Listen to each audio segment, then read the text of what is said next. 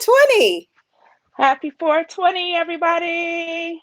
Oh my God, this day is so cool. I love 420. I love what we do on 420. What's up? How you doing, babe? I'm doing good. You know what? It's funny because like 420 typically never really meant a whole lot to me until I was like in the industry. And now it's like there's all these different things to do. And so that's really the only thing that really changes. And I might consume a little bit more today. So I'm really excited just about all the things that are going on. And this, I mean, for the past 3 years, we've had the 420, health fair. I know, I know. I'm so happy that it's a health fair and that we really get to talk about our fourth pillar, which is all about patients and Yep. cannabis health education. I love that so much because that's what brought me to the space in the first place. Mm. And Yeah. same here. Excuse me. Sorry about that. I was a little parched. I was a little parched. But yeah, same here. I mean, as you know, I started elevated education and doing the dope show and all that stuff, which is kind of how you and I met. Yep. Um, all those other things. And it was really just about the education and the outreach. And here we are a few years later, and we got a whole health summit, health fair. Girl, We're, and doing it virtual, figuring that whole part out. oh Ugh, I yeah, don't know. Which do you absolutely. like best, virtual or in person? Um, well, on the one hand, I like the virtual because I am literally wearing pajama pants and a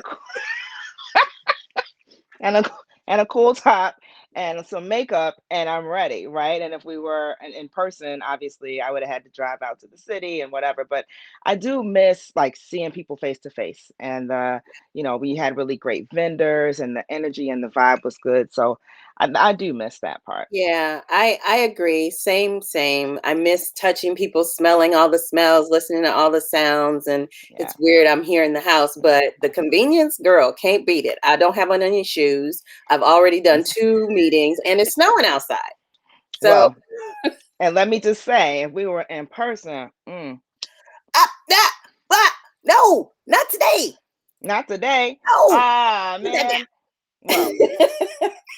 I wouldn't be able to do that if we were in person. So there's that. And it is Actually, 420. you can because it's legal. I Yeah, keep. but How many times I probably gotta tell not you? not inside. It depends on who's inside. It is. I'm just saying. You can't smoke at a health fair No, inside. Like, my girl, my girl. So, what are we doing today? What's in store for everybody? well, looks like we've got a full day ahead of us. Our theme is whole body, whole plant, right? So we're talking about all the things. We got 8 topics that are going to be led by some industry experts that I'm super excited to hear from. We got cannabis and the healthcare provider. We got um, cannabis in the workplace, mental health and PTSD with cannabis. What is Delta 8 THC? Which is what I'm really excited to hear about. Um, Girl, you know that's Alan. yeah, yeah, I had some. Actually, I had some recently, and I'm still trying to figure it out. I don't know if it did what it was supposed to do. And actually, Edie, can you go through those last 4? Because I actually can't see them on my screen. Oh, okay. Let's see what is the hemp and They're CBD, covered. hemp and CBD, reproductive health and cannabis, cannabis and pediatric health. That's a panel discussion, which is really I'm looking forward to that. And men's health. I think Yeah, that's about men's all of and women's health. men and women's health, and it's separate, so those are not together. So cool, cool, cool. That is um, coming up. It's going to be a treat. And before that, we're going to kick it off with Dr. Leslie Mendoza Temple. Do you remember her? I do. I remember seeing her name first when she was actually on the now defunct medical cannabis board back in the day. I know she was very kind of active and that, and I think I've seen her at a couple different events over the past couple of years. So yeah, Yeah, well, Leslie's really cool. yeah, she really is. And she's back on the Medical Cannabis Advisory Board. So she's the medical director for North Shore University Health System and integrative medicine program. She's also a clinical associate professor of family medicine at the U of C, University of Chicago Pritzker School of Awesome. Medicine. Where do I know that name, Pritzker? Hmm. In 2014, like you mentioned, she chaired the Medical Cannabis Advisory Board for the Illinois Department of Public Health, leading public hearings on expanding eligible medical conditions for Illinois Medical Cannabis Pilot Program. She's an advocate for her patients while also conducting research, promoting peer-reviewed scientific papers, and teaching the art of science of cannabis as medicine to medical students, residents, pharmacists, and other health professionals throughout the country and abroad. She is currently co-editor of the special issues for medical cannabis in professional education and clinical use of medical cannabis for the Journal of Complementary Therapies in Medicine. And Dr. Temple is dual board certified, following family medicine residency at Northwestern and fellowship in integrative medicine at the University of Arizona under the mentorship of Dr. Andrew Weil. Wow. I mean, and I want to tell you that almost all of our panelists, our physician panelists, have deep, deep, deep roots like that. I mean, just like Absolutely. in it. Yep. And this woman is dual board certified. So I'm just really excited. I'm just Well, really, and what really I like excited to for it. say too is that like the people that we have are Googleable, right? So if you didn't catch all that stuff that Edie just read from that awesome and extensive bio, you can literally just Google her. So these aren't some like fly by night shade tree No, people that we just found on the internet or on Instagram somewhere. These are people that are in the trenches that have been out here doing yeah, it. They have made a name for themselves and they have great reputations. And that's what we can really count on with Chicago NORML. So I'm excited. me too. You say that a lot. You're like, I ain't reading all that. Just Google it. Google it. You can find these people, right? Like it don't take much. It really doesn't. So, without any further ado, I think we should get started and let Dr. Leslie take it away. All right, let's go. I'm Thank you excited. for the honor of opening NORML Chicago's third annual 420 Wellness Fair. When medical cannabis became a legal reality in 2013, I felt a huge shift was coming. I educated myself on anything related to cannabis, benefits and risks. The more I read, the more I was intrigued by its potentials as a therapeutic substance. In medical school and residency, we physicians only get a brief education about cannabis, and it's only been seen as a substance of abuse, grouped together with heroin, cocaine, PCP, and others. The opioid crisis, which still rages on during this current COVID-19 pandemic, has elevated the call for safer ways to treat chronic pain. I've always believed in non-pharmacologic, non-drug ways to treat pain naturally, like good nutrition, healthy sleep, exercise, acupuncture, massage, chiropractic care, herbal supplements, talk therapy, meditation, among others, in no particular order. Cannabis added another dimension to that list of possibilities and has opened up healing responses for my patients who have been stuck in a cycle of pain, insomnia, anxiety, and disease, who also use healthy lifestyle, plus or minus pharmaceutical drugs to manage their conditions. I'd like to send a big shout out to my dear friends Jim and Sandy Champion, who got the ball rolling on medical cannabis legislation under the leadership of House Representative Lou Lang. Another shout out to the Surin family for their instrumental role in creating Ashley's Law for our kids who need to take their cannabis medicine at school. I'm also grateful to Bob Morgan, now a state House representative who continues to advocate for patients and public health with respect to cannabis and other good work. Most of all, I'm grateful to the many patients, caregivers, legislators, scientists, industry, and NORML for their monumental amount of work they've put in to bring medical cannabis to the mainstream in a balanced and responsible manner. I ask for continued strength, fairness, and purpose behind the ongoing rollout of adult use cannabis for the safety of our children, for vehicle safety, and to protect those who are most vulnerable to the negative side effects of cannabis.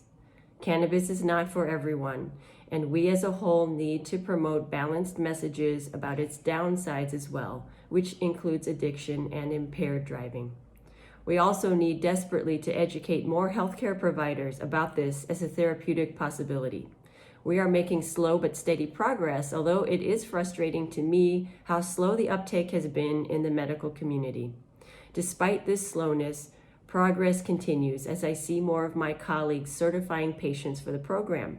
Colleagues I never thought would do it, and they're doing it more often now. It takes patience and determination to cause a paradigm shift. It's happening as we speak, and it's all because of you. Enjoy the wonderful talks by the highly accomplished physicians and practitioners who are part of this third annual 420 Wellness Fair. Take good care of yourself, and let's keep moving forward.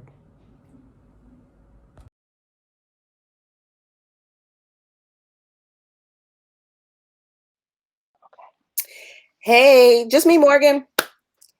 It's me, and I am back. Thank you so much for that, Dr. Leslie. I also love the fact that I hope you all didn't miss it.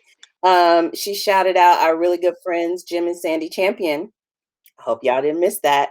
Jim and Sandy, you guys are dear, dear, dear friends and allies and colleagues in this space. And yeah, we just love you guys so much for your hard work and your friendship. We are looking for our next no, what's going on? So we got some shout outs for our sponsors. I'm not looking at myself. I'm looking at my reading thing. We're going to shout out Canna Health Magazine, Cresco Labs, Mission. The first half of the day, as Kiana and I mentioned before, we are going to hear some topics about mental health and PTSD, cannabis in the workplace, Delta 8 and THC. That's in the first half too, and hemp. Speaking about hemp, Kiana, are you still with me? Oh, you're still here. Okay, don't worry. Speaking about hemp, Chicago NORML has a monthly hemp class, and the next class is next week on the 25th, on April 25th. So register at chicagonormal.org. And I think to date only, we've got a special offer for those of you who are joining today. Use a promo code 420HEMP, all caps, HEMP, 420HEMP for today for $50 off of that class. That is great. So thanks for being here. Let's see. Did I have any other announcements to make? The hemp class. Oh, and our general meeting. We meet every first Sunday. We've been doing so for the past 4 years. At 2 p.m. on the first Sunday. Sometimes it's in person before the pandemic. And sometimes it's in the Zoom. So don't miss that. You can find that at chicagonormal.org as well. There's lots of stuff you can find on our website. Go on and read some of the older blogs. A lot of our patients and our members have contributed to those. So we hope you'll check those out too. I think now I'm going to move it on to the rest of the program. But first, let's look at let's hear from. I swear I'm not high yet. I swear I'm not. Let's hear from one of our sponsors, Cabrini Green Legal Aid. At CGLA, we give justice a voice. Our virtual doors are still open. If you have a cannabis arrest, you can contact the New Leaf Illinois Network at newleafillinois.org or 855-963-9532 to get advice and assistance with records involving cannabis arrests and convictions. For all other matters, visit us at www.cgla.net and choose the Get Help tab for help with your record and to apply for legal help with criminal defense, housing law, and family law matters.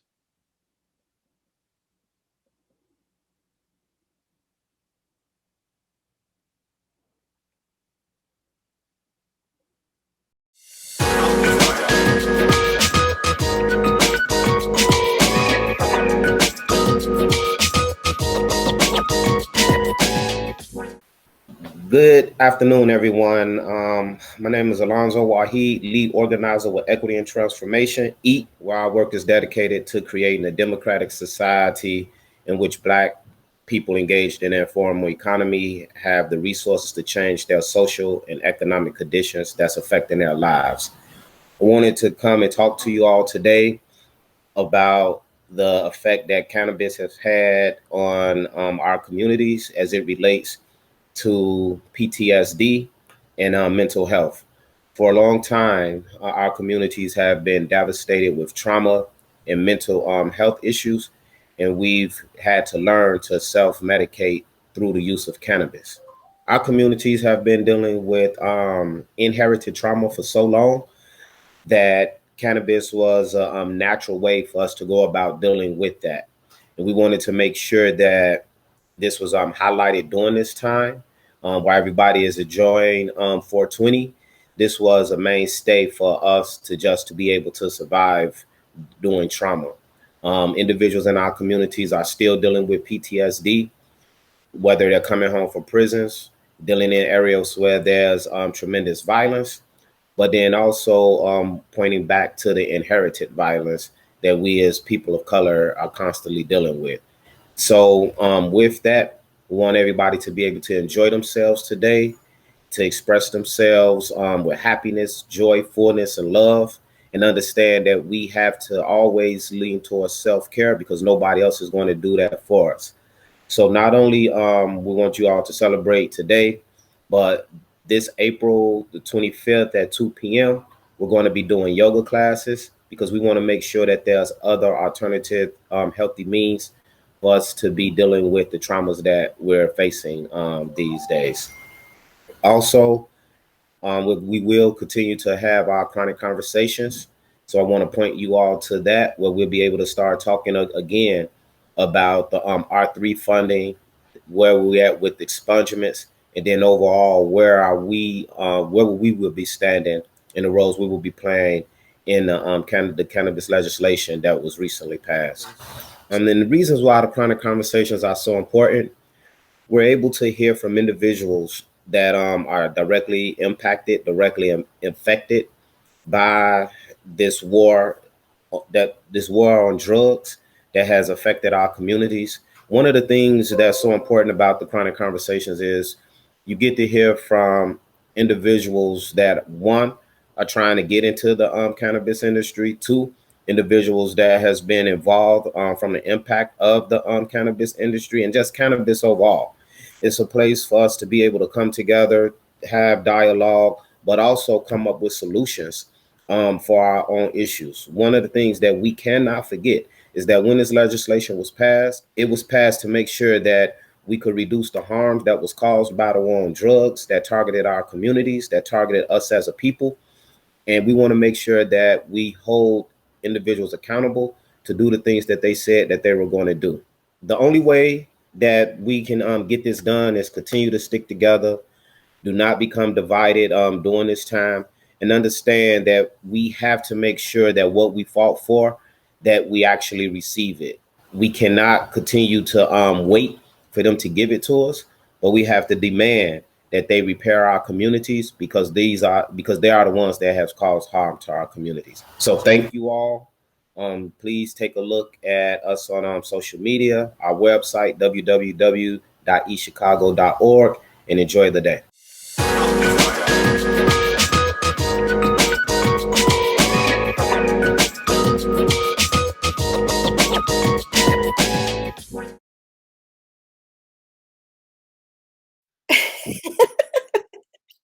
I knew you were going to do that, Morgan.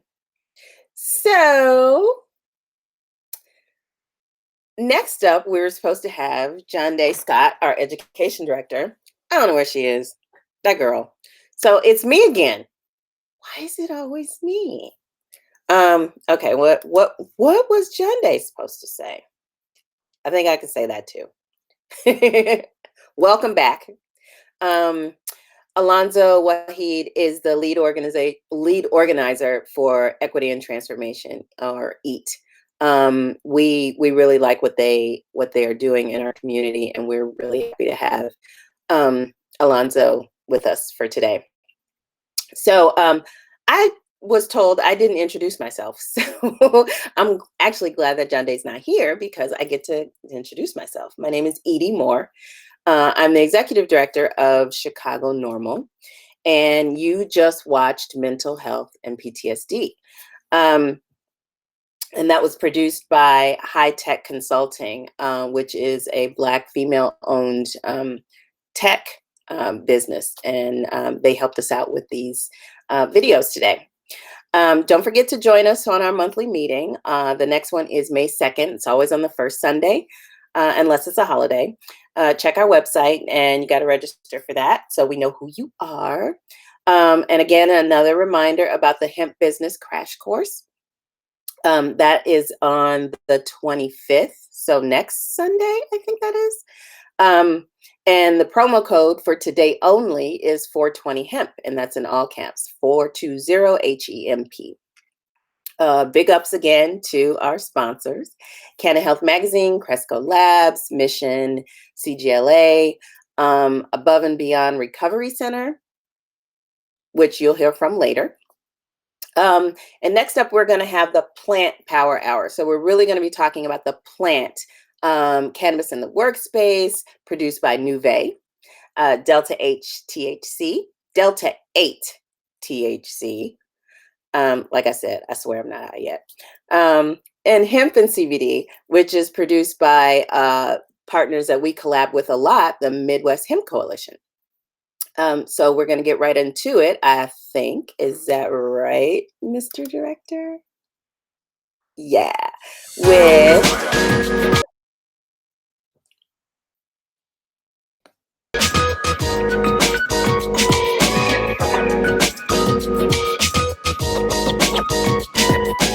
Hello, and welcome to the 420 Health and Resource Fair, Whole Body, Whole Plant.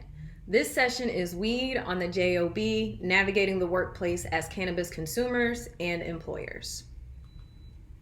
My name's Kyria Kirkland, and I am the owner and founder of NUVÉ, where we empower individuals and small businesses who are navigating the hemp industry. We do this by providing education, R&D resources, and coaching so entrepreneurs can build their own capacity around the hemp industry. Just a little bit about myself. I'm a registered cannabis patient here in Illinois. I'm a special education teacher and career advisor, but I am also a hemp business owner. Currently on the ancillary side of things, but working on establishing a brick and mortar facility to further aid those looking to get more hands-on training in hemp. But enough about me, let's get into this presentation. Given the complexity surrounding this topic, I want to manage expectations of what will and won't be discussed in our session today. Please note that this is going to be a broad overview. There is a lot of nuance when intersecting business needs with employer wants that needs to be aligned to legal requirements, and we just don't have the time to dive into all the different scenarios in this presentation. Since many of us are in this space wear both hats, we need to understand how these policies impact us on a personal and business level, which is why we frame this presentation from an employee and employer point of view. Lastly, just a heads up, this is not legal advice, and I'm not a lawyer. This content is for informational purposes only. I don't want y'all to be like, hey, I heard this presentation at the 420 Summit, and this lady named Kyrie said that X, Y, and Z. And it's like, I know my stuff, but I am not omniscient. Use this as a starting point for you to launch your own research. Now that we have covered expectations, let's move into logistics. Today, we will discuss the legal climate and how that intersects with registered cannabis patient and recreational user rights. We'll also review the scope of workplace drug policies and current employer trends to make these policies more cannabis friendly. And lastly, we'll discuss how you can begin curating informed workplace drug policies around cannabis. So let's get started. First, we are going to discuss the rights of cannabis consumers and the laws at play.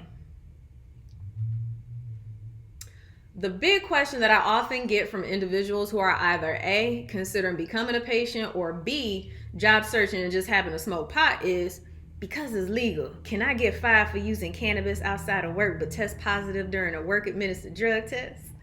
The answer to that question is yes. Yes, you can.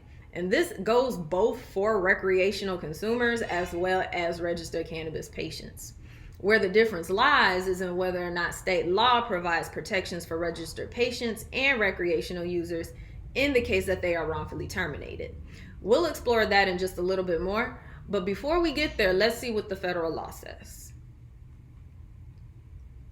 The Controlled Substances Act, or CSA, places all substances which were in some manner regulated under existing federal law into one of 5 schedules.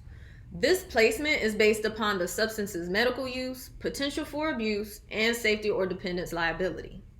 Cannabis is classified as a Schedule I drug, which are substances or chemicals defined as drugs with no currently accepted medical use and a high potential for abuse.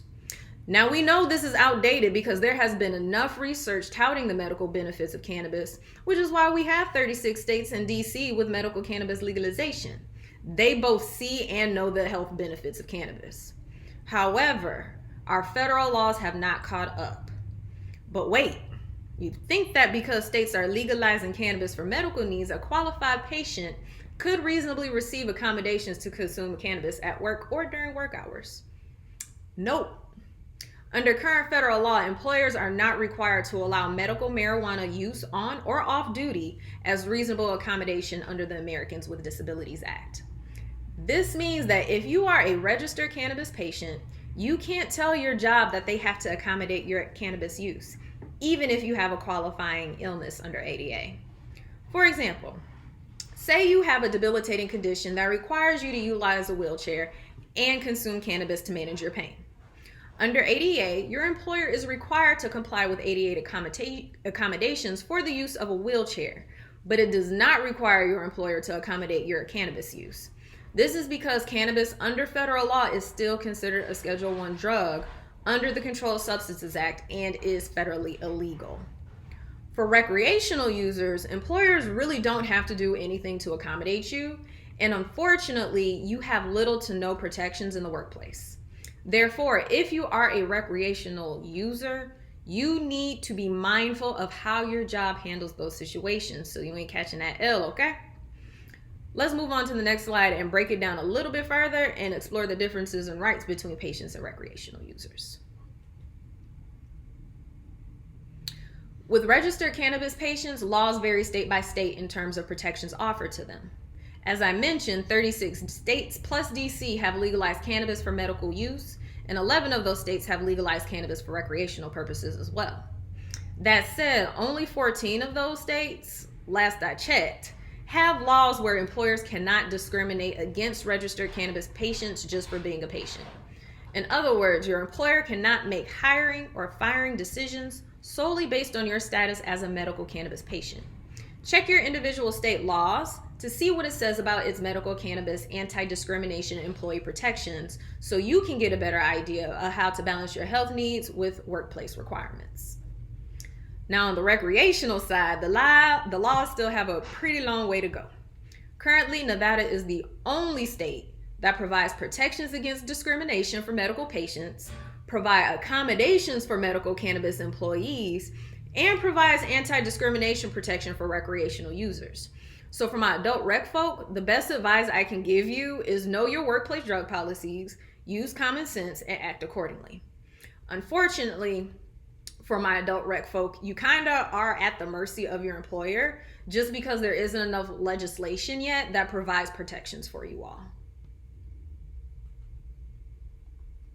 Switching gears back to registered cannabis patients, it's safe to say that if you don't work for or contract with a federal agency, you don't bring medical cannabis to work, or you do not work in an industry where impairment could result in harm or injury, employers cannot take a positive drug test result or medical cannabis use as a standalone criterion to hire or fire an employee in states that have anti-discrimination laws for registered cannabis patients.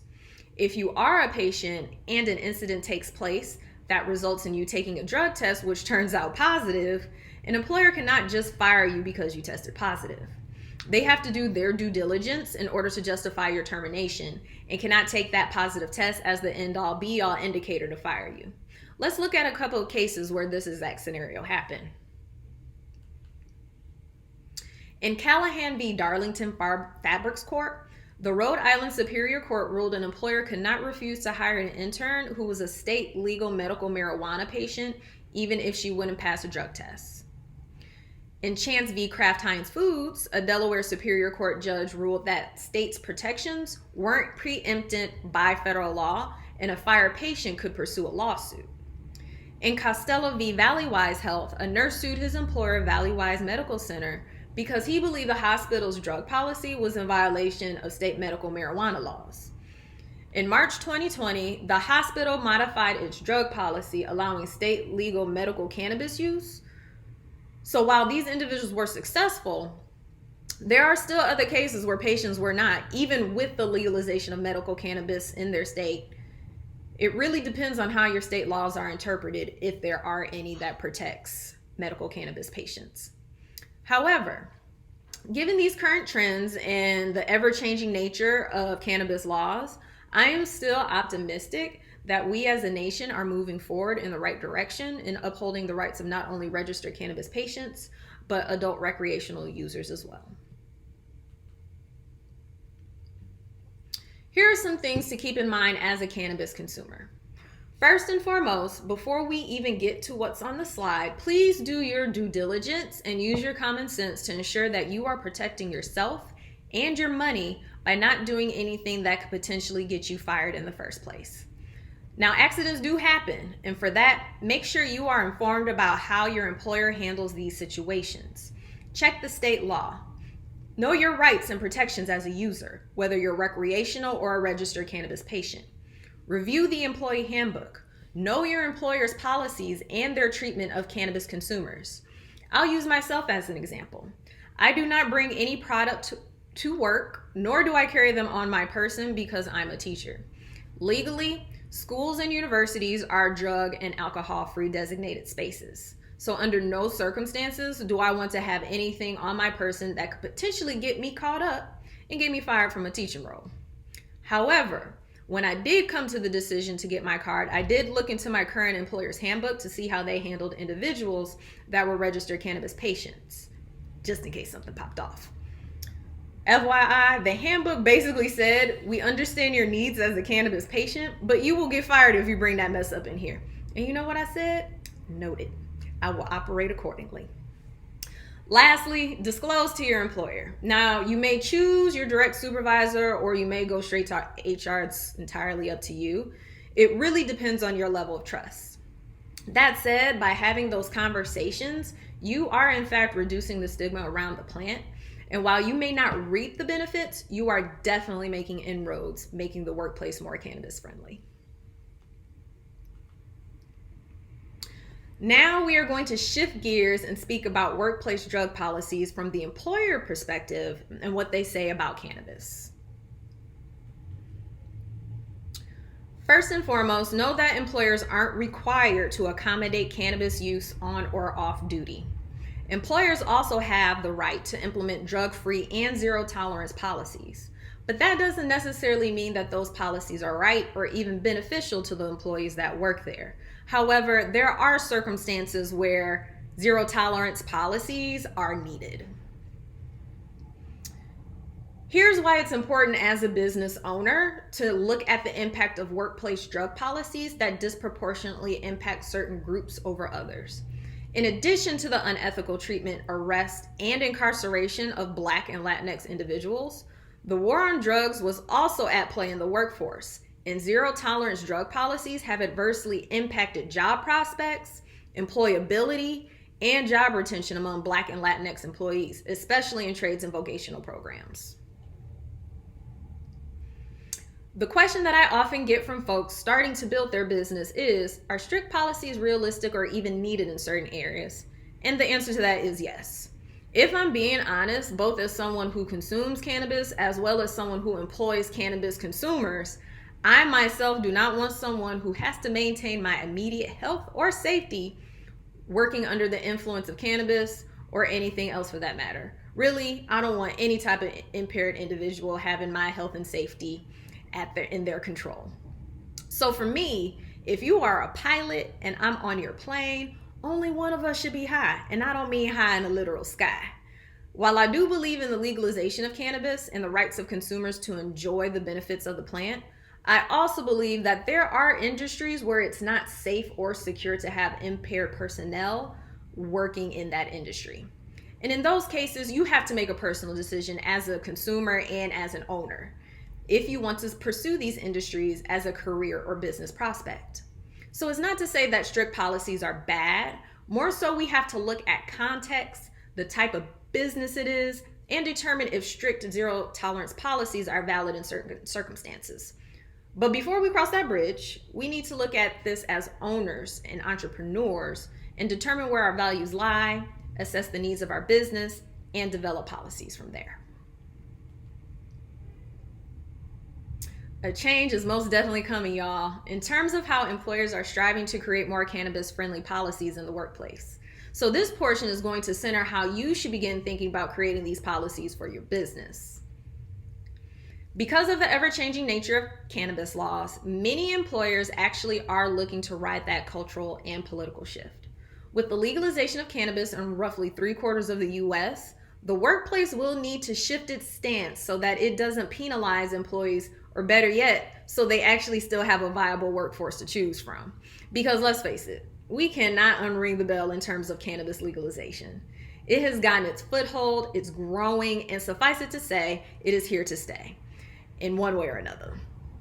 Therefore, it makes sense that employers look ahead and start restructuring their policies, if not to accommodate, to be hyper-transparent in what they can and cannot do if someone is found to be either impaired or consuming on the job.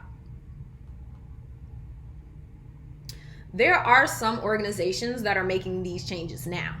Some of the trends taking place include limiting pre- and post-employment drug screening. New York actually just passed a law where employers, with some exceptions, could not require pre-employment drug testing for cannabis. Employers are also adjusting their interviewing and screening policies to minimize bias. Others are training their managers to accurately identify if someone is impaired and appropriately respond to and support them. Another trend is providing accommodations, like allowing registered cannabis patients to either work remotely or accommodate their shift schedules so that they can use cannabis off-duty or off-site.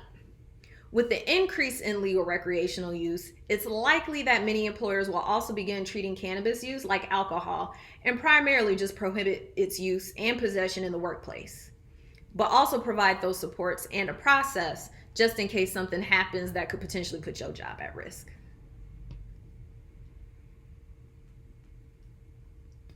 Now that we've discussed some of what's going on in workplaces, now you need to figure out how you are going to create these informed policies for your own business. First things first, you have to consider the needs of your business. What are your values and priorities? To what extent do you want to support cannabis consumers within your facility? As you're crafting your vision, mission, values, goals, and objectives, look at what is a priority for you and see how cannabis impairment could potentially throw all that for a loop. If employee impairment is a concern, safety, security, or federal entanglements involved, you have to create policies that assuage those concerns. However, if there are no issues that you can foresee at this time, feel free to create policies that are more cannabis consumer friendly. That said, also be aware of the legal requirements your business has to uphold. I'm speaking to those in the plant touching space: dispensing, cultivation, processing, and transportation. Even though you want to be supportive of cannabis consumers in a cannabis industry, you do have to make sure that you are meeting the legal requirements of your business, or else you may not have one long term. If you are more on the ancillary side of the cannabis industry, determine how supportive you want to be if you intentionally employ registered cannabis patients or recreational consumers. What kind of business environment are you trying to create? What's the vibe and characteristics of your staff? Are these individuals pretty open-minded in terms of removing stigma around cannabis? Are they comfortable around it? Or are there people who still need to undergo learning and understanding and training in order for them to fully embrace a cannabis-friendly employer? These are the types of questions you should be asking yourself as you begin to craft these policies. After determining your business needs, now it's time to start crafting your policy. Things that should go into your policy are goals and context. State the why of the policy and the outcomes you hope to achieve from the implementation of it. Include definitions, expectations, and prohibitions. Be transparent with your employees. Define what words like impairment are and what it looks like in the workplace. Set your expectations from day one so during the onboarding process, folks are fully aware of the scope of what they can and what they cannot do. Provide benefits and assurances. In the case that you've adopted stricter policies, what other benefits and assurances are you providing to ensure that employees are incentivized to maintain the policy? There are contingencies within the policy, or are provided support services, for instance, EAP, in case that they cannot. Lastly, in the instance that an employee finds themselves in a situation where they are in danger of being terminated from a position due to cannabis impairment or use, lay out the consequences, but also provide an appeal process so that we're removing some of that zero tolerance policy language and giving employees an opportunity to plead their case. Once you've outlined those things, you are ready to start constructing your policy. That concludes our presentation for today. I have provided a list of online resources that I used as my initial launch pad to help me begin formulating my workforce policies before having it reviewed by a lawyer. My encouragement to you is that if you are taking the first steps towards your entrepreneurial journey, start here when it comes to crafting cannabis-friendly workplace policies for your business. Thank you all. It's been wonderful speaking with you today. Enjoy the remainder of our health and resource fair and have an amazing 420. Take care.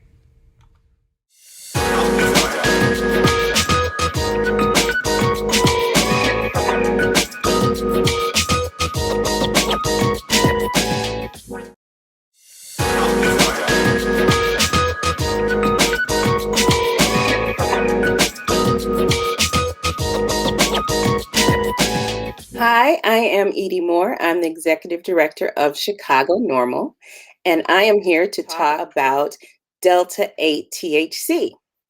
What is it and what do we do with it? And to help us figure that out today, we have Alan Robinson, who is the Executive Director of Wisconsin NORML, Most Outstanding Cannabis Advocate of 2020. Hey, Alan. Hey, Edie, how you doing? I am good. I'm good. Thank you so much for joining us today. Happy 420. Well, absolutely happy 420. Thank you for having me.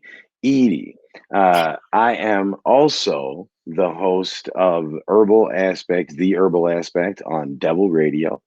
And I am the co-founder of Herbal Aspect, the CBD company. We're obviously a Black-owned CBD company here in Madison, Wisconsin. We specialize in lab-tested cannabinoids and cannabis products, especially Delta-8. So I'm excited to dive into the topic with you here today. Okay, well, let's start at the beginning. What is Delta-8 THC? So it's really interesting that you should ask. Delta-8 is one of the 480 natural components found in the cannabis plant. There's over 100 active compounds in cannabis as well. So of them, you know, there's a bunch that people know and a bunch that people don't know, right? There's THC, THCA, CBD, CBDA, CBN, CBG, CBC. There's an alphabet soup of cannabinoid, right? But the big three that people know most about are THC, CBD, and the rapidly learned about CBG, cannabigerol. Right. Now, THCs come in different structures, right? And the more that we learn about them, the more that we learn about the plant itself, the more we uncover what these compounds already hold inside, the secrets of them, right? But THC, what is Delta-8 THC? To answer your question, it is similar to Delta-9 THC. It is found in both marijuana and hemp, and it is commercially derived from CBD. Is Delta-9 THC is what we're mostly familiar with, right? So how is it different? What is that distinction? So the way that I like to describe it to our customers is that if Delta-9 THC were an electrical cord, it would be an electrical cord this big, okay? And that's plenty big enough to, if your brain is a light bulb, that's going to be plenty big enough to blow up your light bulb. You know, you could get anxiety, paranoia, disassociation, things that we commonly associate with being uncomfortably high, right? Yeah. Whereas Delta 8, it's a slight difference in the structure of the molecule, but that structure changes the electrical conductivity of the molecule. So if it were a power cord, it would be this big. Now that's plenty big enough to make your light bulb burn super bright, but it's not big enough to give you those kind of sensations that a lot of people find uncomfortable or off-putting when it comes to cannabis use. Because Okay. it's derived mainly from, or not mainly, because it's in such small quantities in the plant, right? It exists in such small quantities in the plant. In order to be made commercially available, it needs to be converted from CBD into eventually Delta 8 THC. All of these chemicals, all of these molecules, it's not like we're making a brand new molecule in a lab. We're taking an existing compound and we're forcing a process to make it isomerize or turn into Delta 8. Okay. So you got to Yeah. do stuff to it, right? Well, think of it like this. Ketchup is great on French fries, right? But a Mm-hmm. tomato doesn't have enough ketchup. There ain't no ketchup, and how are you going to get the tomato has juice, but that's not going to be nearly thick enough or flavorful enough to Okay. eat your fries with. That's a So we really take good a comparison. tomato.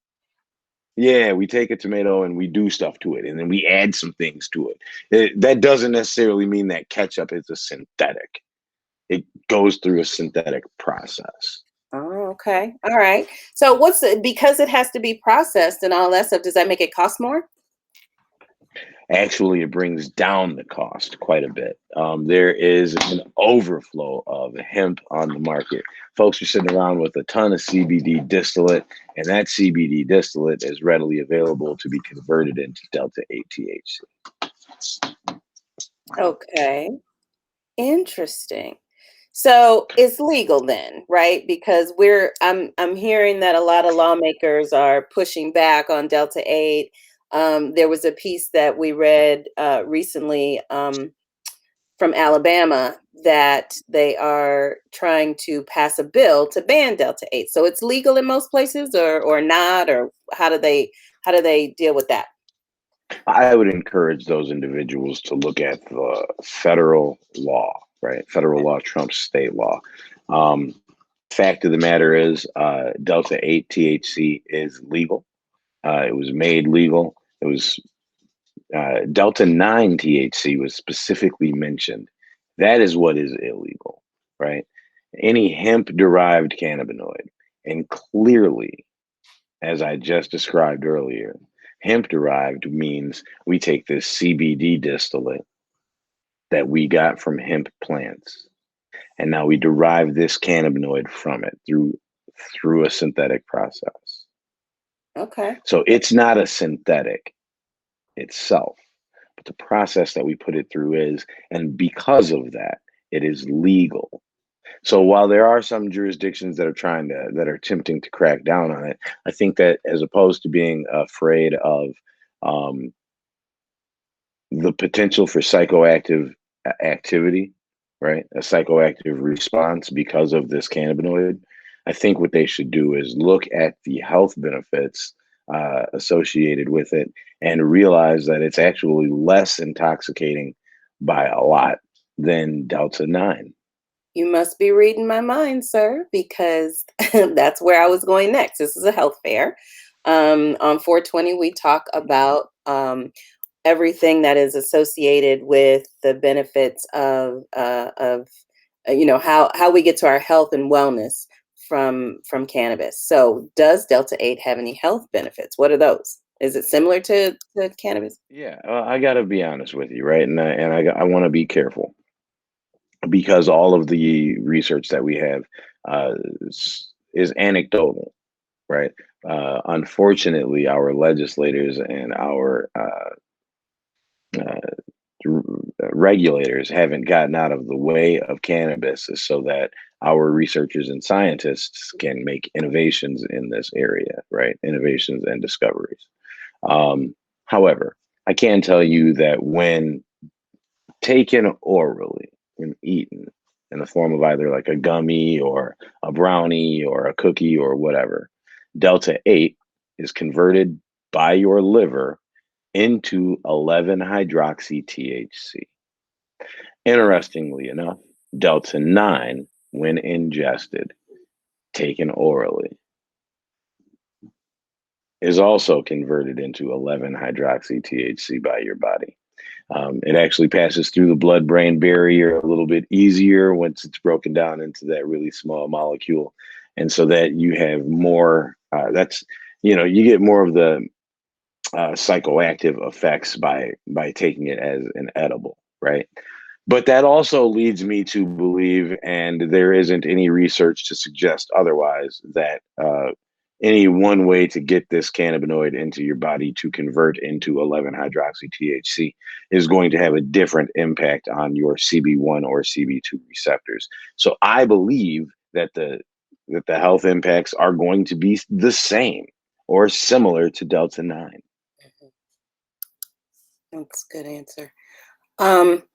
You talked about gummies and cookies, and those of us who don't need all that sugar, like we might want to think of some other ways to consume. Can you smoke it? You can smoke it. Not only can you smoke it, but if you don't want to take one of the sugary edibles, and that makes sense because sugar actually counteracts CBD and THC. And I can understand that. Our company offers some gel caps. We have vegan and Can you put it in Doritos? I like Doritos. I'm sorry, what? Doritos. Can I put in something salty?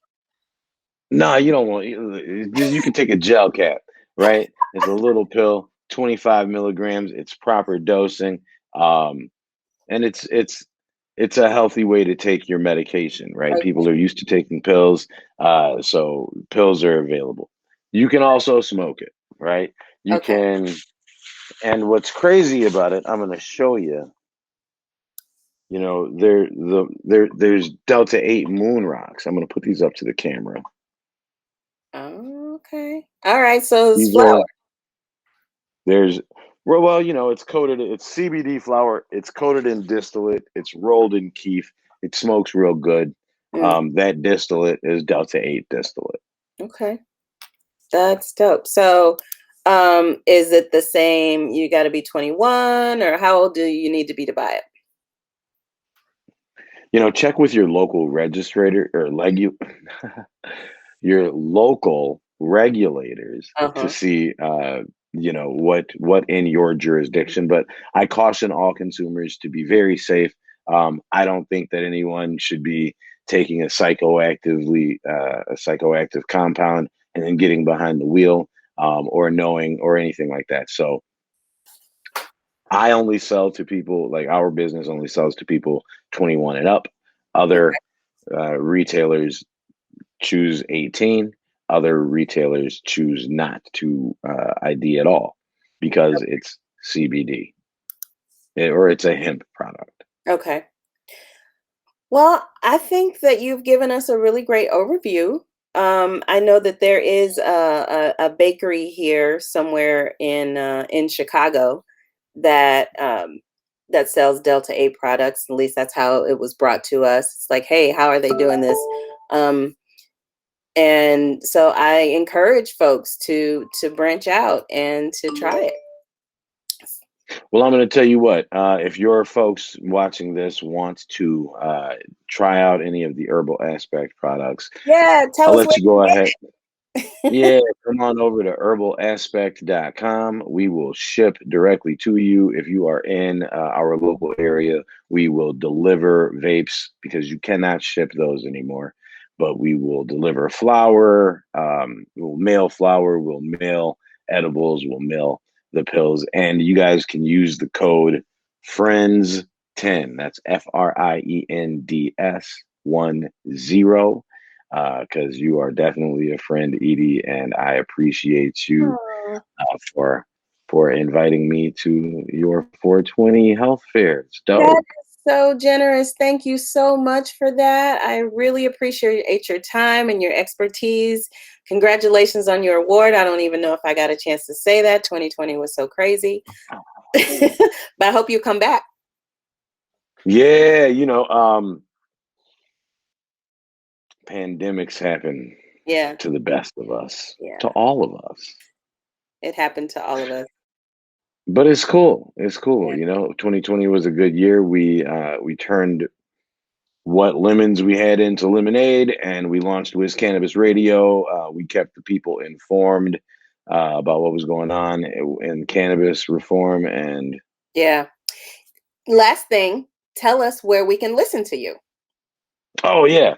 So the Herbal Aspect is a podcast and radio show that'll be launching actually this coming Monday on the 19th, and you can catch that on Devil Radio or at talk927fm.com. And the Herbal Aspect will be an hour-long show dedicated to all things cannabis, including cannabis reform, cannabis health news, and we will try to get in a cannabinoid of the day. So we're going to talk about as many of these as we can.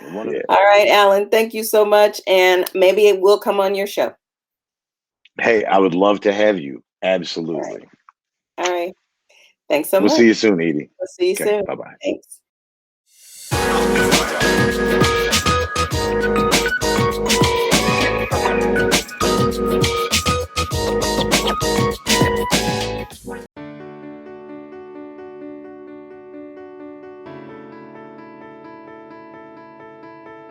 Each person on the street, their life has the same value as my life and everyone else's life. Once that hit me, as I thought about that one day, I thought, you have to do this. You can do it. It's going to really help a lot of people whose lives are the same as yours. It's going to help save lives, transform lives. You have to do it.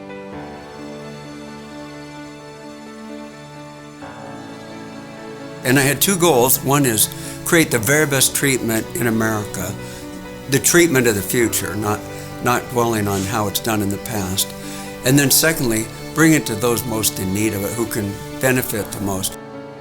What we do is different from any other treatment facility, I think, on earth. The things that we offer here, you don't find in other treatment facilities. One of the biggest differences, from prior treatments was that I was finally able to have somebody actually listen to me versus talking to me or at me about what I'm supposed to do. You have to do it this way.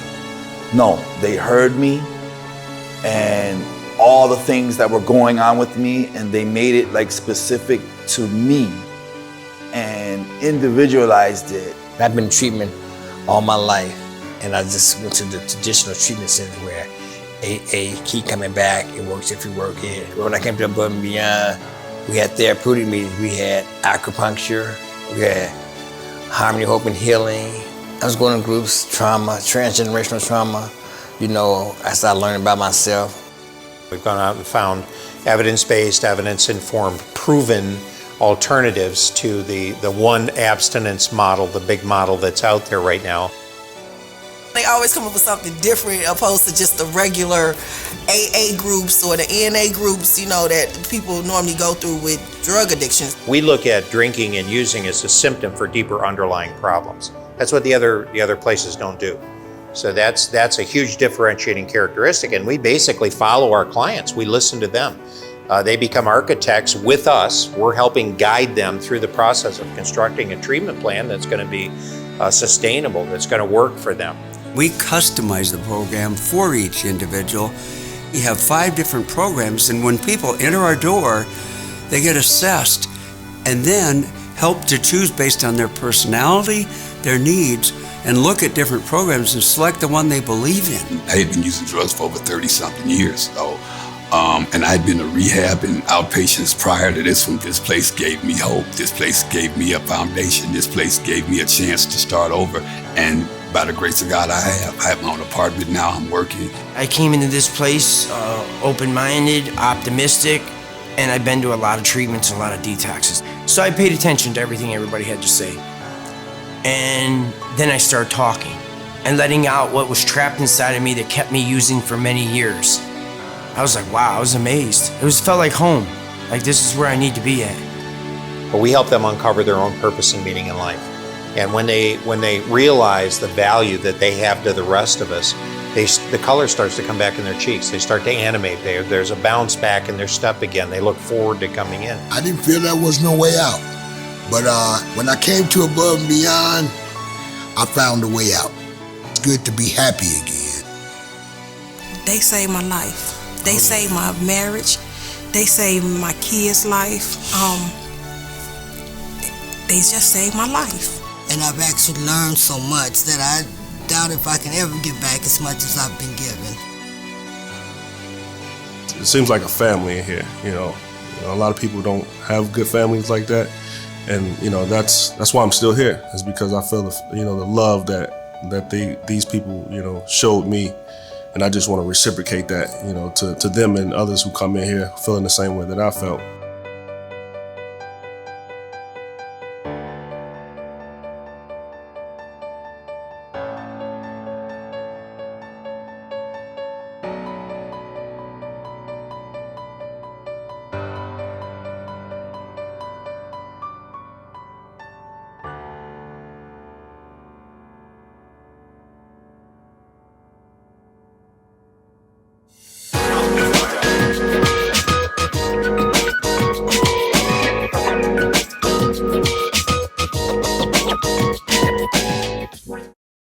Hey everyone, happy 420. I'm Sarah Sykes and this is Kaylee HOOGHKIRK, and we're here representing the Midwest Hemp Coalition in solidarity with Chicago NORML. Thank you so much for having us today.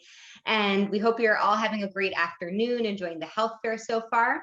So we'll take a moment to introduce ourselves and the coalition before getting into the educational session we've prepared for you. Kaylee, if you'd like to do a self-intro, that'd be great. Hi, everyone. My name is Kaylee HOOGHKIRK. I am the president and the founder of the Midwest Hemp Coalition. I am a board member of Illinois Women in Cannabis, and I am the founder of United Hemp Co. and Full Spectrum Services, a full-service cannabis-conscious wellness facility located in the western suburbs. We are thrilled to be a part of this excellent lineup of talented speakers today. We will be presenting a quick little presentation, a lot of information all at once. We're going to be getting into an introduction of cannabinoids and the ECS system. But before we do that today, I will have Ms. Sarah Sykes introduce herself and explain a little bit about her role here in the industry. Thanks, Kaylee. So hello again, my name is Sarah Sykes. I'm a board member of the Midwest Hemp Coalition, and I also serve as the Director of Sustainable Partnerships for our organization. And the Midwest Hemp Coalition is a trade association. We're super proud to be registered as the first hemp lobbying organization in Illinois. And our mission is to increase accessibility and opportunity in the hemp industry through direct political advocacy and diverse community connections. And ultimately, we're here in service of more folks getting involved in the industry and participating with hemp. So, getting active is essential, and we hope that you'll join us. I'm also the founder of Sarah Rose Botanicals. Sarah Rose Botanicals provides personalized cannabis consulting and wellness coaching. And my goal is to assist people in navigating the product market and to support self-discovery around cannabis dosing and overall well-being from a trauma-informed perspective. So that being said, Kaylee's going to impart some knowledge about the endocannabinoid system and the entourage effect, and I'll follow up with a conversation about minor cannabinoids. Kaylee, take it away. Thank you so much, Sarah. Like I said, we are thrilled to be here with you today. Exploring cannabinoids is an extremely important topic, and also, getting into the endogenous cannabinoid system and how it works. Ultimately, we are huge advocates for the hemp plant, and we believe that education is the first step in building a foundation to understanding the relations between hemp and the medical cannabis, adult use cannabis plant. And we're going to get into some of the nuances and really what makes a difference between the two plants individually. So getting through our overview today, as I mentioned, we will be discussing the difference between hemp versus marijuana, or adult use medical cannabis as we know it here in Illinois. We will be doing a brief overview of the ECS, or the endogenous cannabinoid system. We will start to explore cannabinoids, terpenes, and flavonoids, all of the important components that make up the cannabis plant and its benefits. We will get into raw versus activated cannabinoids. We will talk about decarboxylation and the important process that that plays.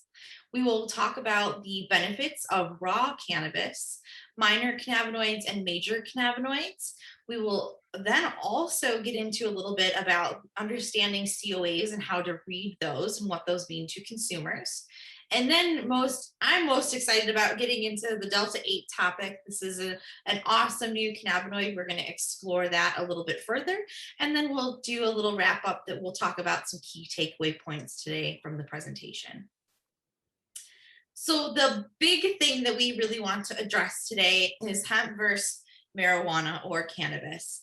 Is hemp or cannabis the same thing? If you think hemp is cannabis, raise your hand. Don't worry, no one's going to see. We're all here in our home. If you think hemp and cannabis is different, raise your hand. Actually, hemp and cannabis are from the same genus, Cannabis, and the same species, Cannabis sativa L. There is a lot of misunderstanding when it comes to the differences between hemp and cannabis.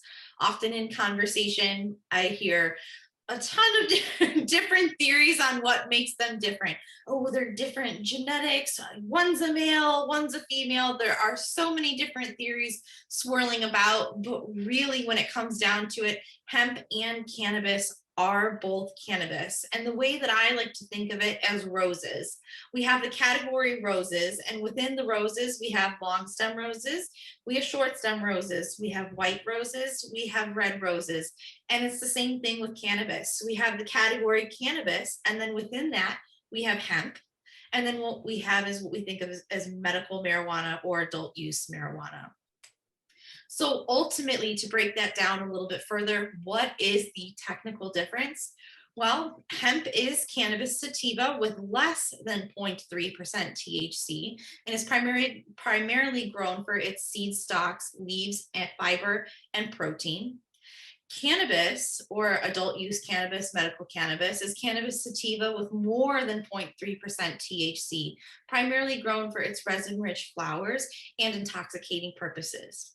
At this time, we are not using any byproducts of cannabis the way that we do the hemp plant.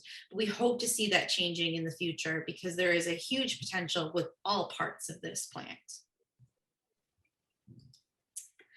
So just to reiterate, both hemp and cannabis contain terpenes, flavonoids, cannabinoids, which all contribute to what we consider the entourage effect. You may have heard this word in passing, and what this refers to is the result when all of the components within the cannabis plant interact with one another to produce a stronger influence than any one of those components alone. So what we really mean is it's not just THC, it's not just CBD, but there are many components within the cannabis plant that give its medicinal benefit, which means that hemp has some of the very same potential, if not more or equal potential, as the cannabis plant for its healing and therapeutic benefits. So this graph here just kind of represents all of the different components within the plant together, achieving that entourage effect. So we have our terpenes, we have our cannabinoids, and we have our flavonoids all working together within the body to create this beautiful synergistic effect, which gives us the feeling of well-being and wellness. So what is the ECS system, or the endogenous cannabinoid system? Well, the system is responsible for maintaining the homeostasis, or the balance of the human body. Our system is built upon a series of CB1 and CB2 receptors, and these are located throughout the entire body. And we'll get into the next slides here and show you exactly what we mean by all over the body and where these receptors are located. When our system becomes unbalanced or we are deficient within the cannabinoids, this can cause a lot of different health concerns like chronic pain, inflammation, mood disorders, and disrupted sleep patterns.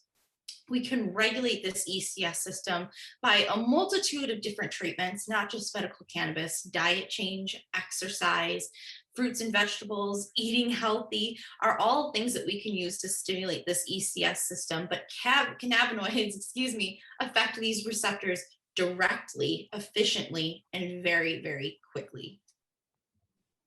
So we have a few key parts to this ECS system and what makes up this ECS system. As I mentioned in the previous slide, the role of homeostasis within the body is a very important thing. Homeostasis, or the balance of our body, controls everything: the way we eat, the way we sleep, the way we perceive stress, and the way we perceive pain. But this ECS system is not just isolated to humans. We have a lot of different animals that actually have ECS systems. It is found in all vertebrate species across the animal kingdom and has evolved over a very long period of time. So the ECS system is not just unique to us. Our dogs, our cats, our horses, hamsters, fish, birds, pretty much any animal that you can think of also have an ECS system, which is why we are seeing a lot of products also entering the animal market. So the three key pieces of the ECS system to be aware of are your cannabinoid receptors found on the surface of the cells. These are your CB1 and CB2 receptors that we mentioned earlier. We have our endocannabinoids, which are small molecules that activate the cannabinoid receptors found within our own body. And then we have our metabolic enzymes that break down the cannabinoids after they are used.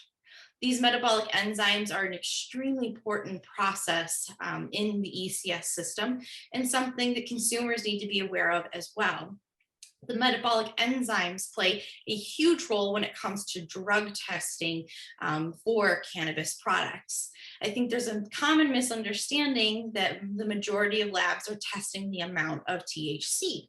So what consumers think going into a CBD store is, hey, I'm not consuming a lot of THC. I'm consuming a product with very, very minimal THC and high CBD, so I should be okay for a drug test, right? Well, wrong. If your product contains any amount of THC in it, even below the 0.3% THC, your body still produces those metabolic enzymes that break down the THC after it's been consumed.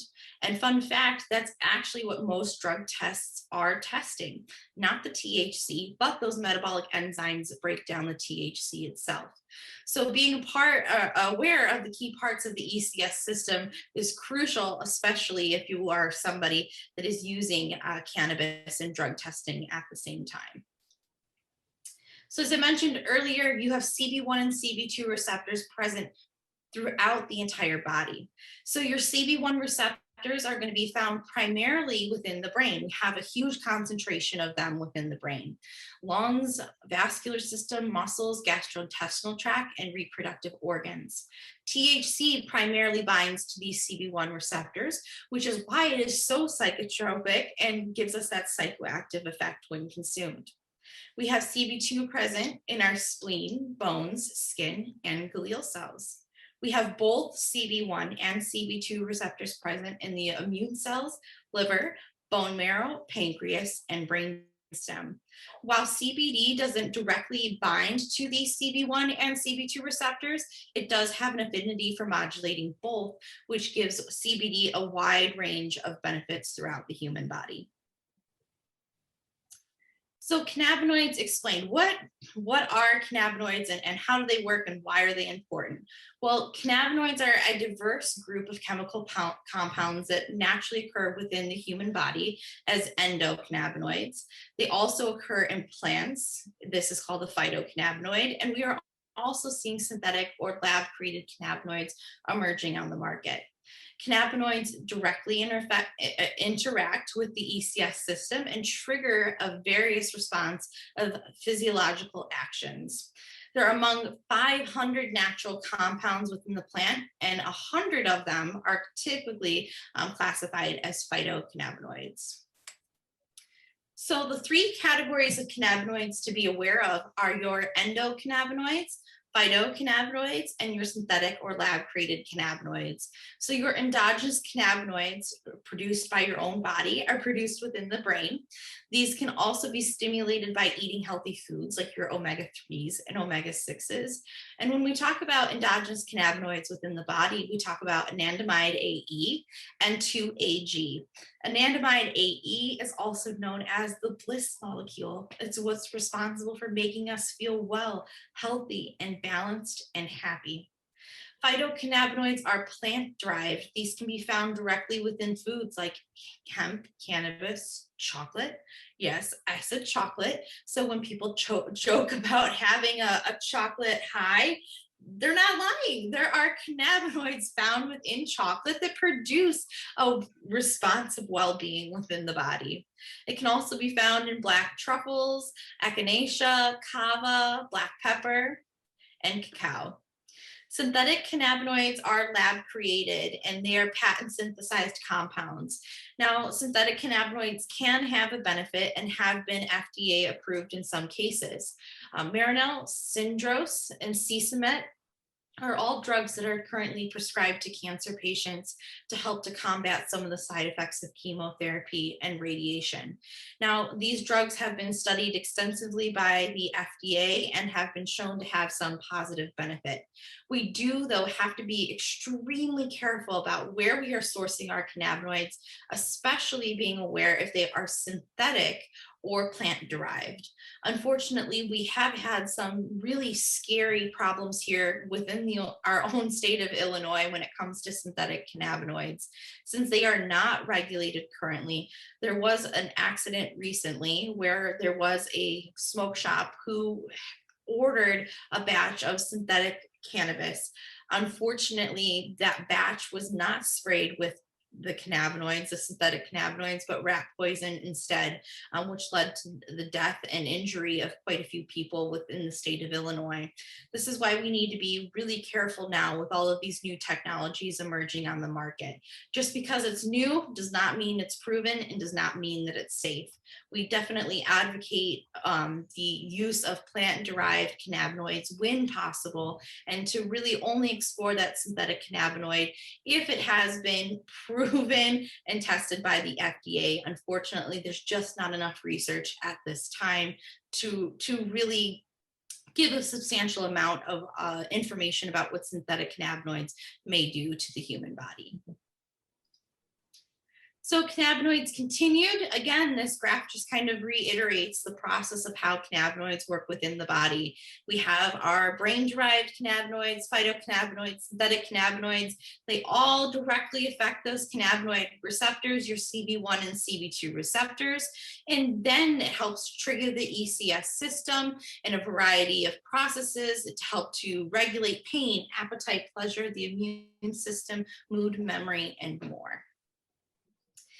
So cannabinoids aren't the only benefit to using cannabis. Terpenes are also found in a high concentration in the hemp and medical cannabis plants.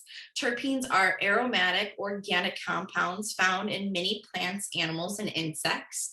Plants and animals, I should say, have developed these terpenes over a long period of time to help to attract things like pollinators and to help to repel things like predators.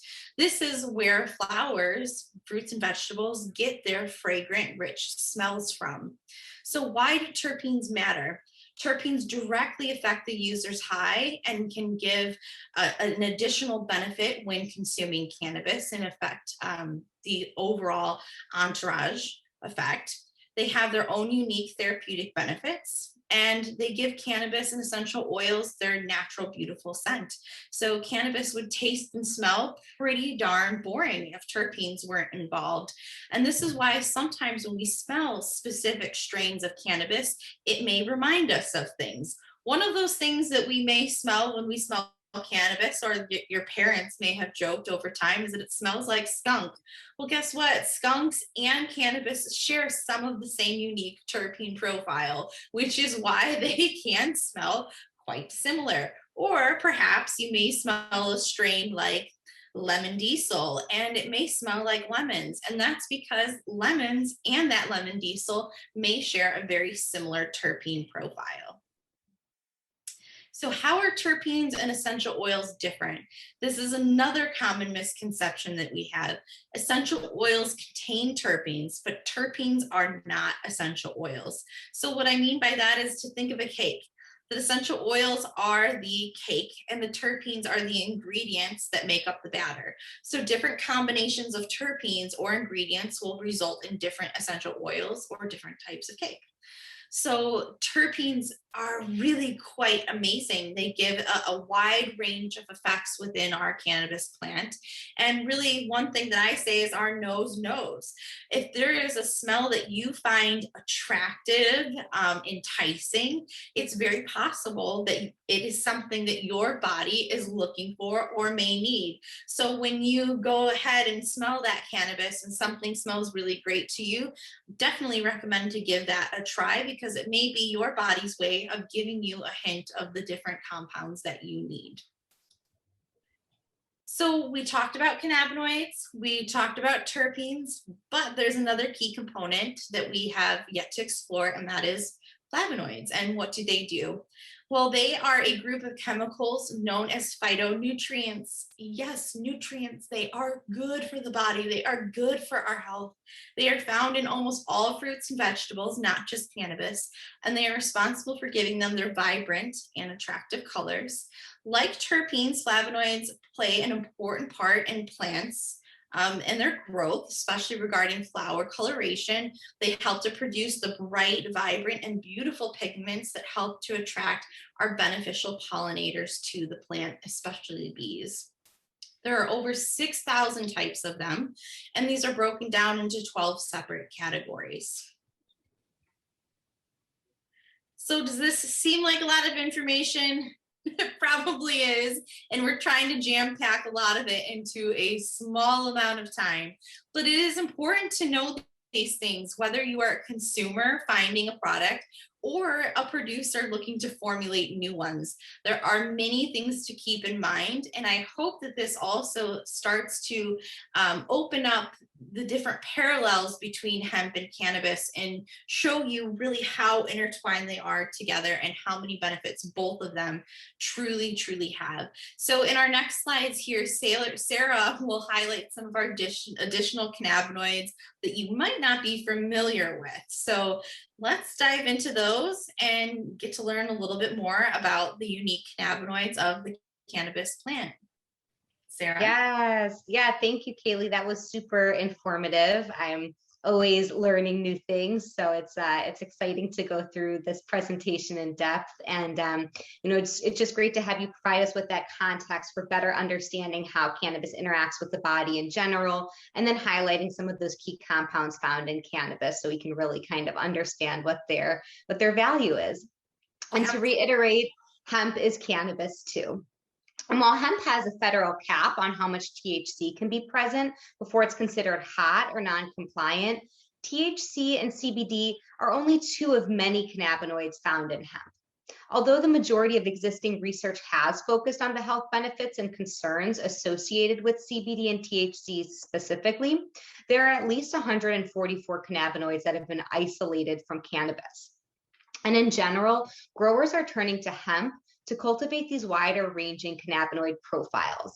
Therefore, hemp products can be a great way to try out some of the minor cannabinoids that I'll be talking about today. Okay, so on our first slide, we have a structural image of the cannabinoid CBDA before it's converted to CBD. And when you see a cannabinoid with the letter A at the end of its abbreviation, that's referring to the raw or the acidic form of the cannabinoid as it's found naturally occurring in the cannabis plant. Acidic cannabinoids can be a great addition to your wellness routine because of the unique ways that they function in the body. And you've probably come across acidic cannabinoids without realizing it.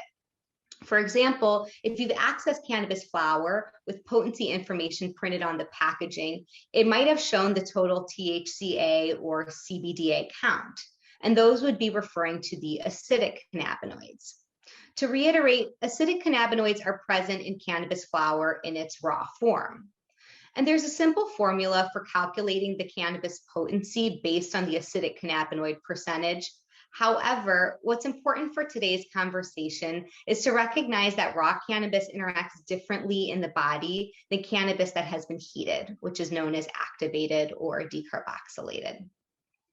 So to put this into perspective, if you eat raw cannabis buds and leaves, the effects that you get from consuming the raw material is not the same as if you smoke the cannabis, or if the cannabis had been heated prior to being infused into an edible or tincture, because the raw and activated cannabis contains different cannabinoids. So you can think of it similarly to raw or cooked vegetables. Both are going to be good for you, but they just contain some of those different nutrients. And we're going to look at a brief video to help understand this concept of activating the raw cannabis.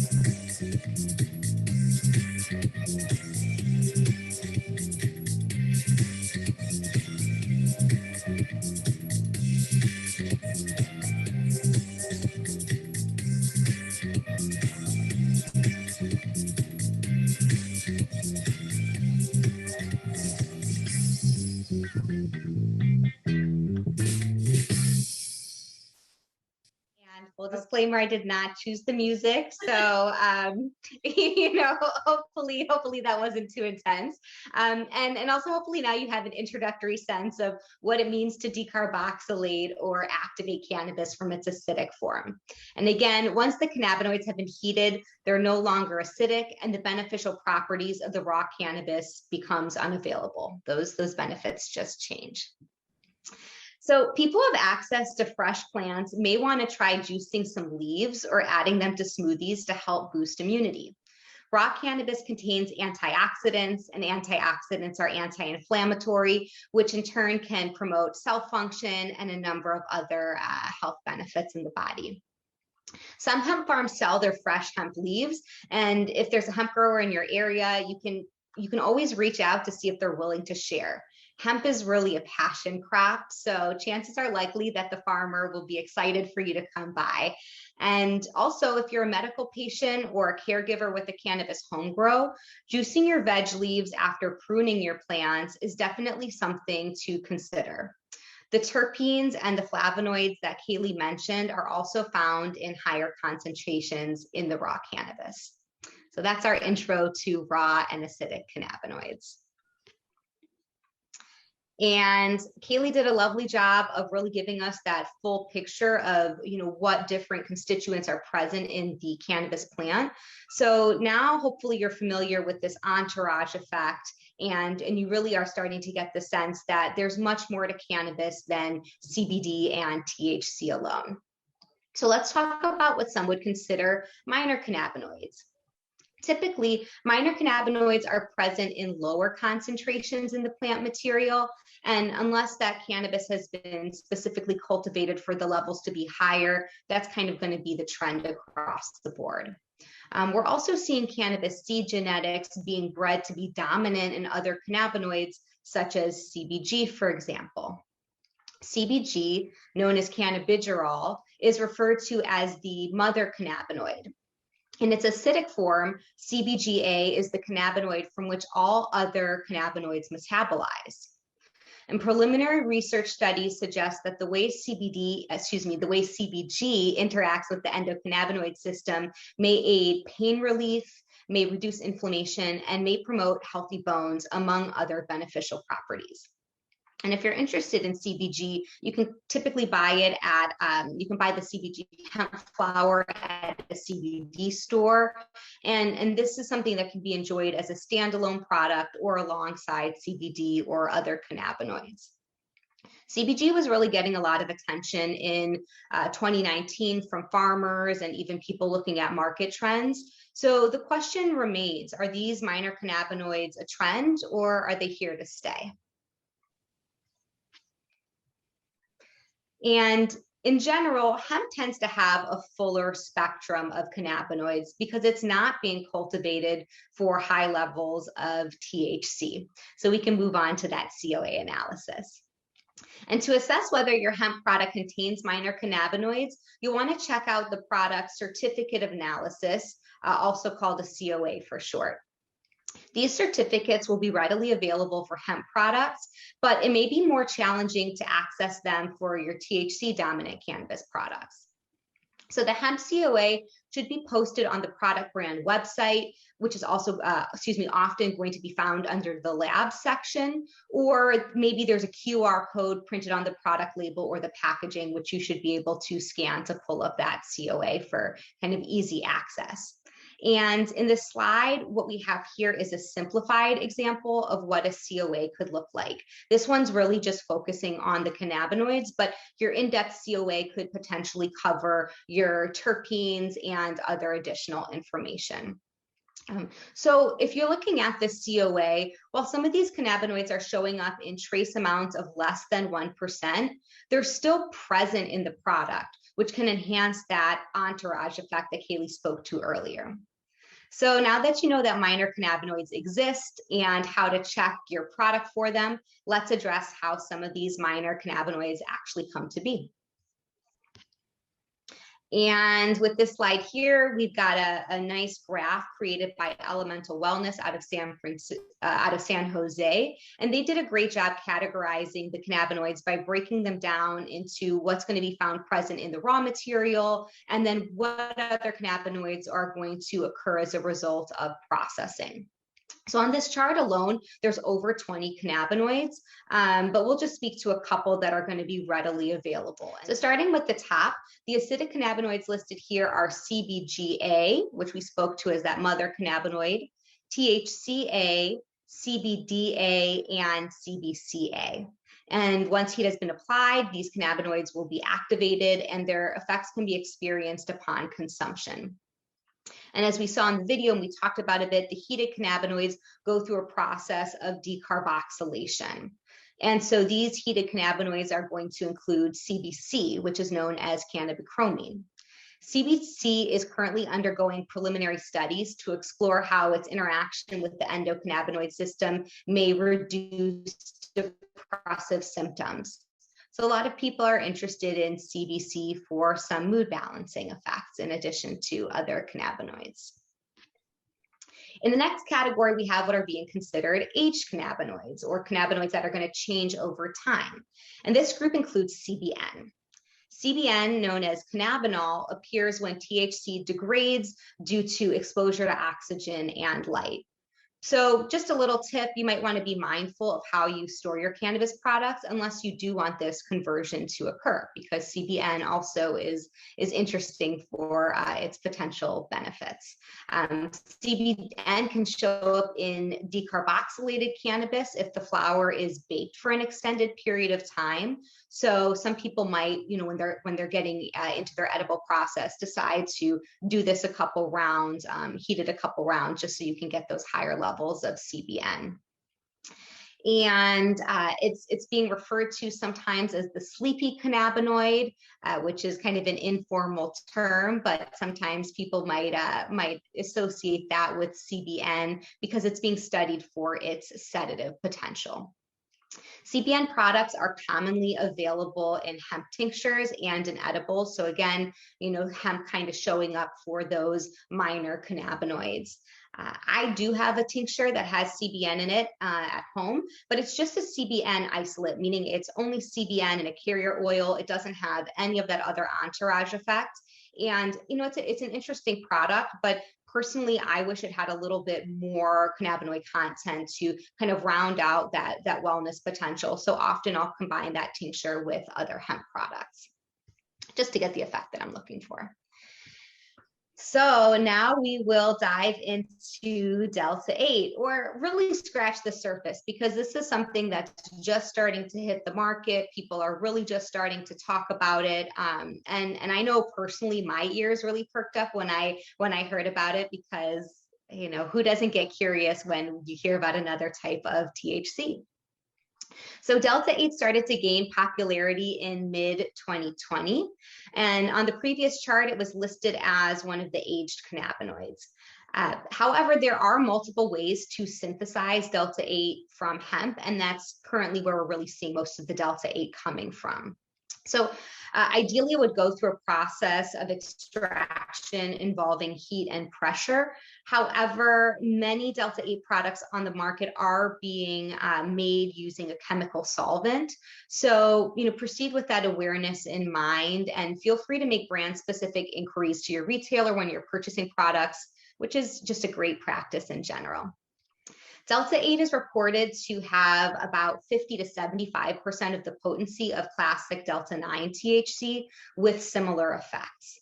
It's considered an intoxicant, and many people are enjoying it for the really friendly price point and also the unique high. And I've also had some people say that it really has a pretty strong effect. So we're going to keep that 50 to 75%, potency or intoxication rate in mind. Everybody's different. And again, every product's going to be a little bit different. So if you're curious, it might be one to explore. And, just to be upfront about it, there are some gray areas around the federal legality of Delta-8. So, many states, however, are moving forward, and that includes Illinois. And Illinois is permitting the sale of Delta-8 THC at CBD stores as long as it's sourced from industrial hemp. So that's kind of the distinction there. Delta-8 is currently available in vapes, in tinctures, in edibles, and also smokable products that combine flower and oil extracts, such as moon rocks. So you'll probably be seeing more about Delta-8 coming soon, but for now, if you're curious, check out your hemp retailer, and a lot of gummies are being brought to market. So if you're somebody who likes edibles, that could be kind of an easy and accessible way to go. New cannabinoids are being discovered all the time. If you're interested in one of the recent findings, you can check out the Midwest Hemp Coalition's Facebook post from last month about CBDH. In closing, we want to highlight that if you'd like an array of cannabinoids, you can always combine your products to customize your effects, such as using high THC cannabis products with a hemp product. And exploring cannabis preferences is a journey, so please do enjoy the process. We hope this presentation supports you in making informed decisions around hemp and cannabis as it relates to you personally or somebody that you might be caregiving for.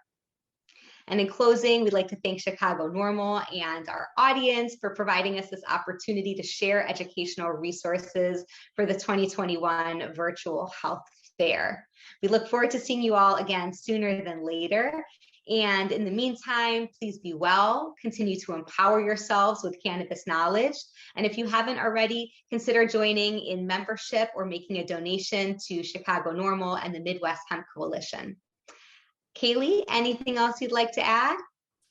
And remember, hemp is cannabis too. If there's one takeaway that you have from this presentation today, I hope that's that you realize there are so many more things in common between the plant. There are more things in common than differences between them, and to use them and utilize them to their full potential. Absolutely. So hemp is cannabis too. Thanks again for spending some time with us today. Enjoy your 420 and let's celebrate. See you next time. Thank you all. Enjoy.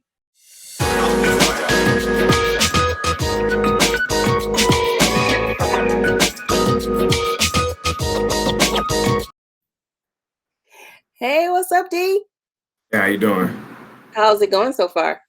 All right, everything's going great. Enjoying my 420. I know, me too. It's a lot of good things going on. We're working on a lot of stuff.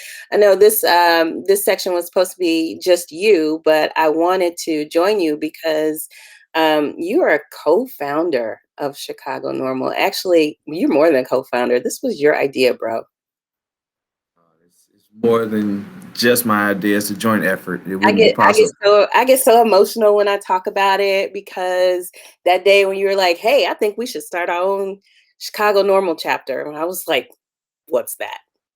So you knew all about it, and you're always such on the cutting edge of things, doing your own thing with your beautiful family. And so I just wanted to come on and say happy 420, bro. Love you. Oh, man, thank you. Love you much. Love you much more. Appreciate you. All right, take it away, Dante. Bye.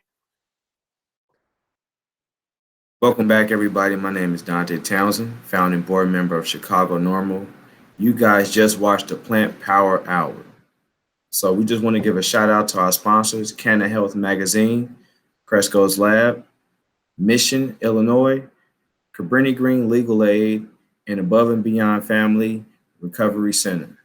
We'd also love to remember to register for the next general meeting and sign up for the next $50 off the next hemp business crash course. Links in the chat, and also visit chicagonormal.org. Next up, get ready for the Family Health Power Hour and Men's Health, produced by Discreet Wellness, Dr. Audrey Tanksleey, presenting Women's Health and Cannabis and Health Provider, produced by Downright LLC.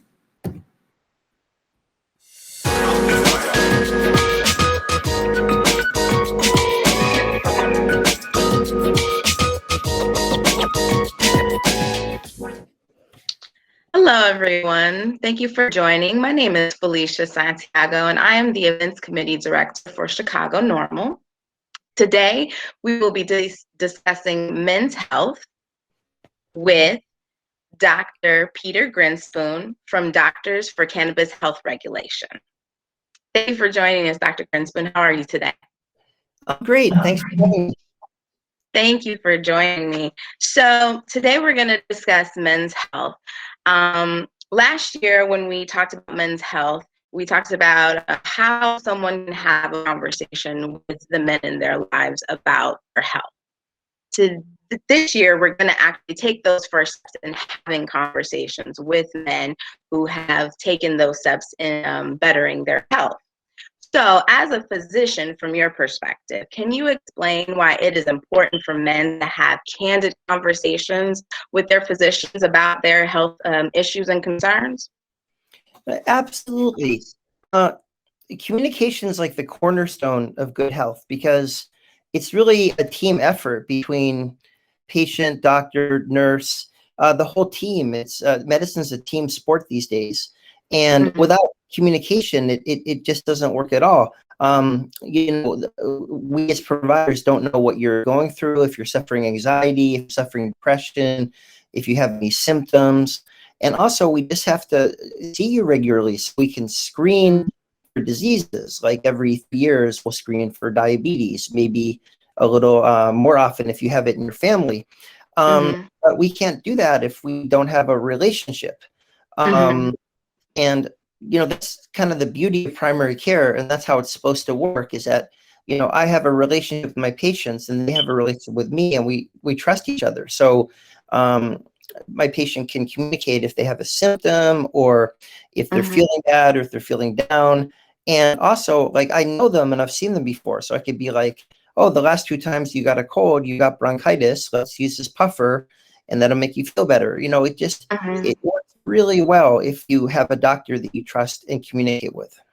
One thing I noticed while building this segment, I spoke to a lot of men that are in my life, brothers, siblings, friends who are men, and asked them, like, you know, what's your physician's, you know, consultation like? What do you talk about? Like, and they had no answers. It was very bland and just like, just the usual, like, and some of them just didn't really go to the doctor. So why do you think, particularly men of color, what's that hesitancy about talking about your health or going to get your annual exams? What's that hesitancy that you find common from your experience?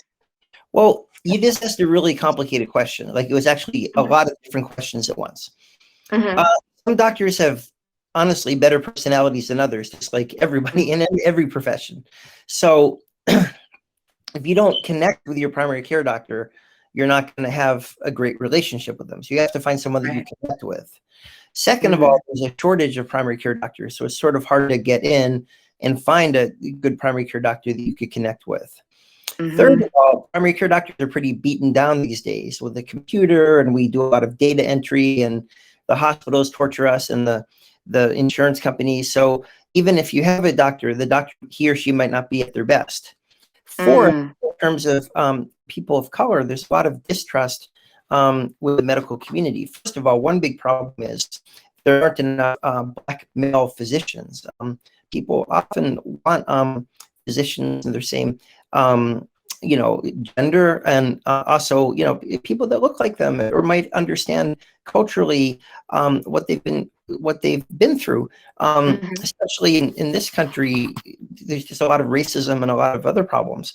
And the medical community has a big problem with, like, implicit bias, institutional racism, and also, you know, with these horrible experiments, Tuskegee.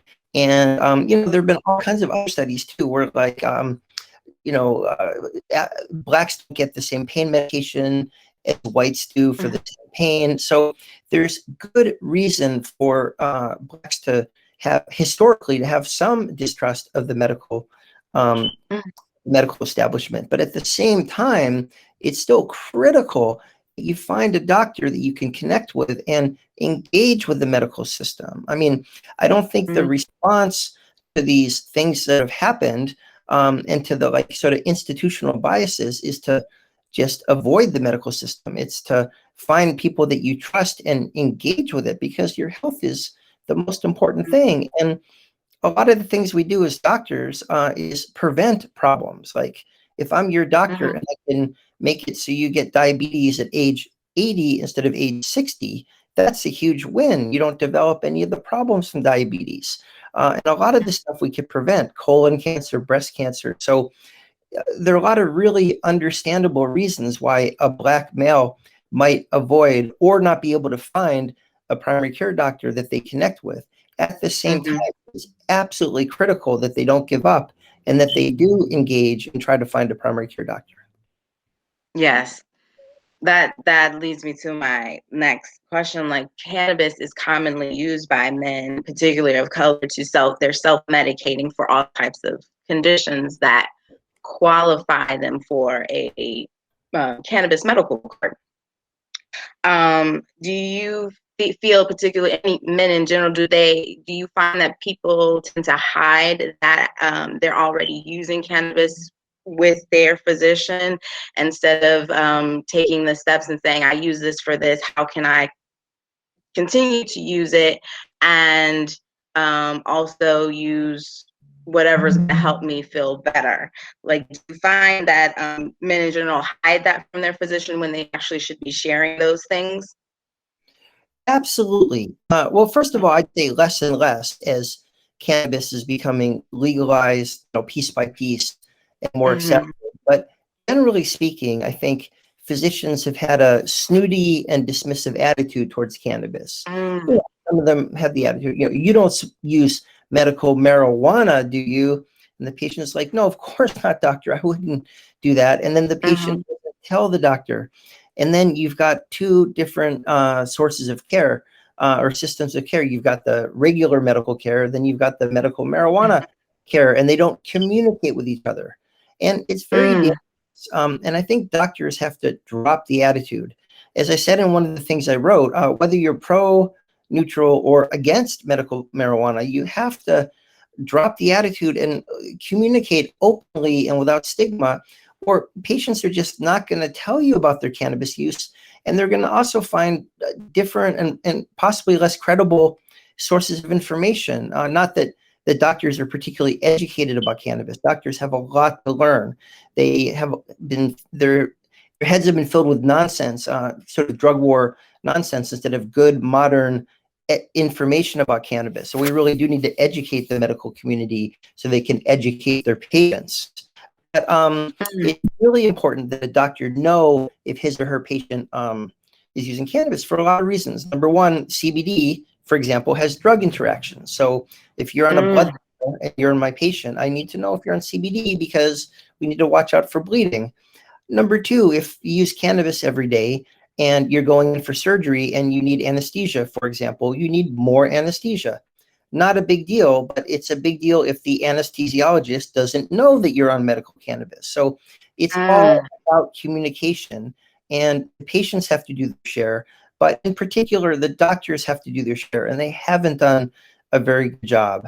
And then finally, what's daunting towards patients, and I know we talked about this a little bit before the show started, is that, you could talk to one doctor and they can be very accepting and open-minded about medical cannabis. And you could talk to another doctor and they could be very dismissive and judgmental. And, that's very intimidating to patients. Again, the medical profession has to do a much better job of just, accepting and accommodating the fact that tens of millions of people are using medical cannabis, excuse me, with benefit successfully. And they've got to open up the doors of communication.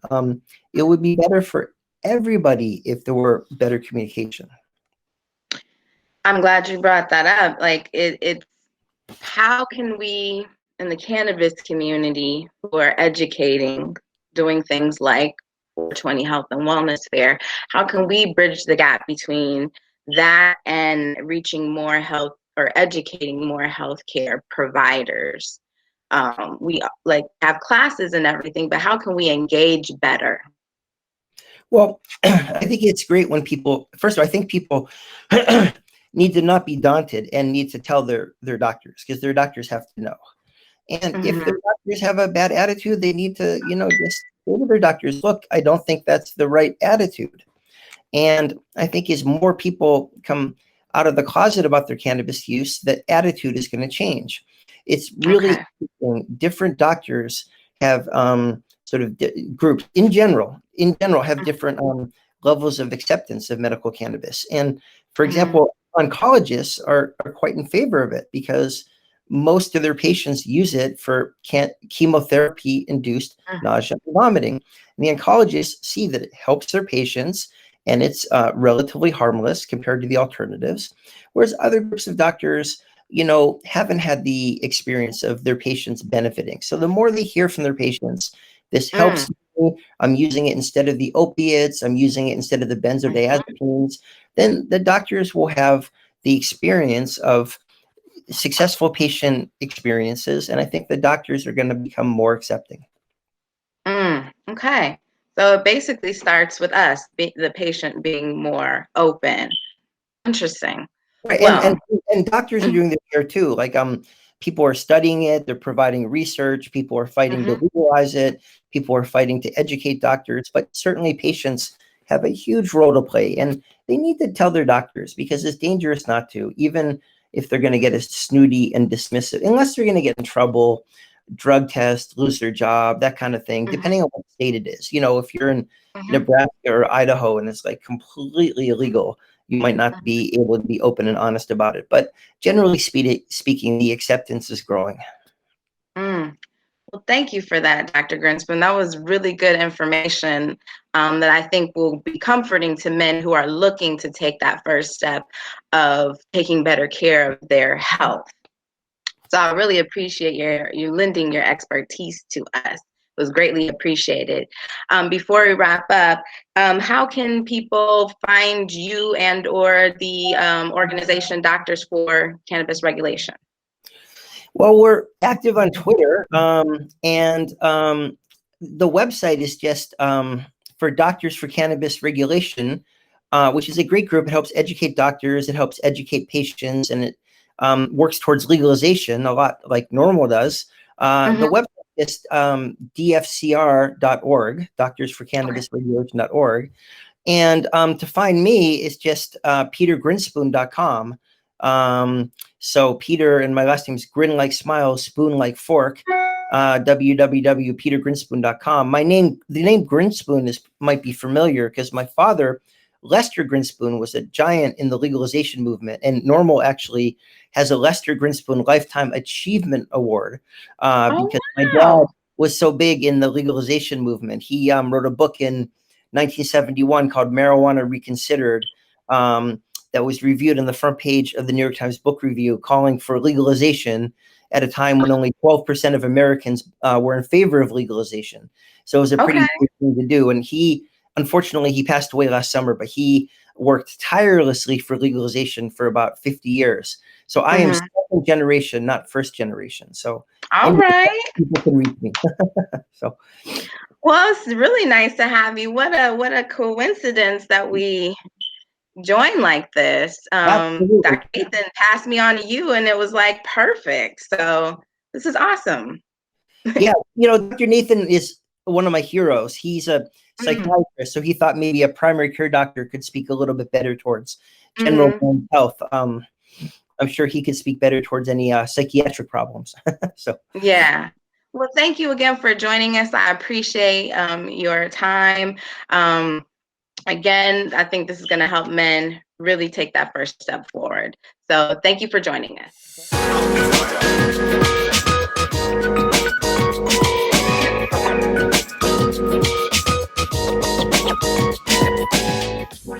Hello, my name is Felicia Santiago, and I am the Events Committee Director for Chicago NORML. Today we are talking about men's health with medical patient Alan WYNNE. Alan, thank you for joining us today. Thanks for having me. I'm so happy to be a part of this panel. Yes, thank you. So before we jump in, would you like to tell us a little bit about yourself? Sure. My name is Alan WYNNE. I am 39 years old. I am a professional hip-hop dancer and choreographer. I have also been a medical patient now for 3 years, and it has definitely been an interesting journey along these 3 years. Great. Wonderful. So this year on Men's Health, we are having a candid conversation with you because as it's commonly known that men tend to neglect their health and don't like to have candid conversations with their physicians. So you having gone down the journey of health and wellness and using cannabis, can you tell us the moment that led you to have a more candid conversation with your physician?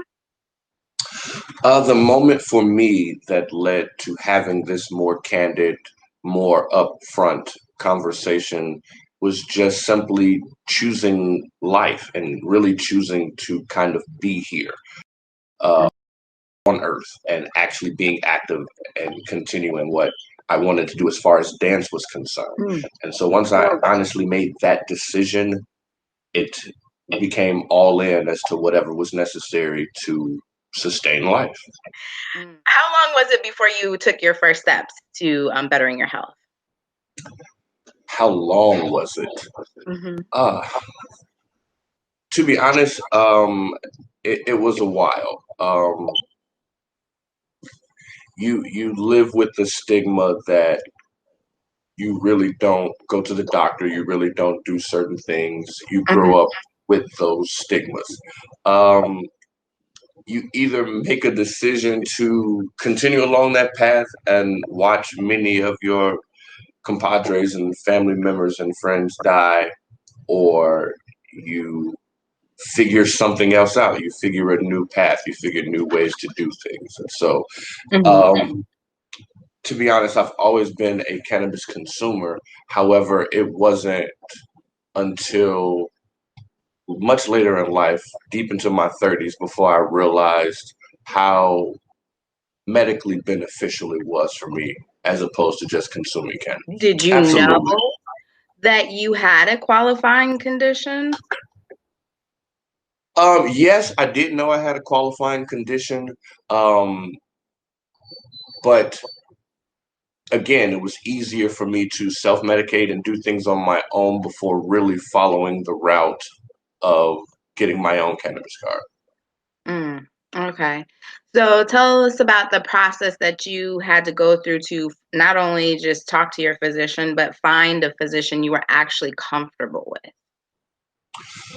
Well, the good thing about my situation is I've always had a good relationship with my physician. I've now had this current physician for going on 11 years. Ironically, it's kind of the longest relationship I've had.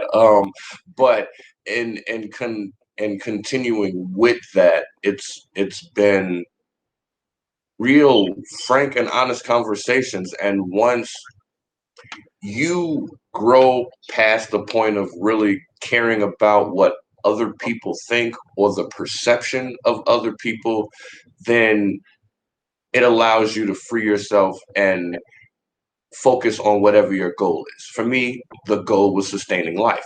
So all outside interference that didn't help in sustaining life just became background noise, especially when my tunnel vision was focused completely on that. Like your physician that you've had for 11 years, were they already one that could recommend cannabis for you, or did you have to go out and find another physician for that?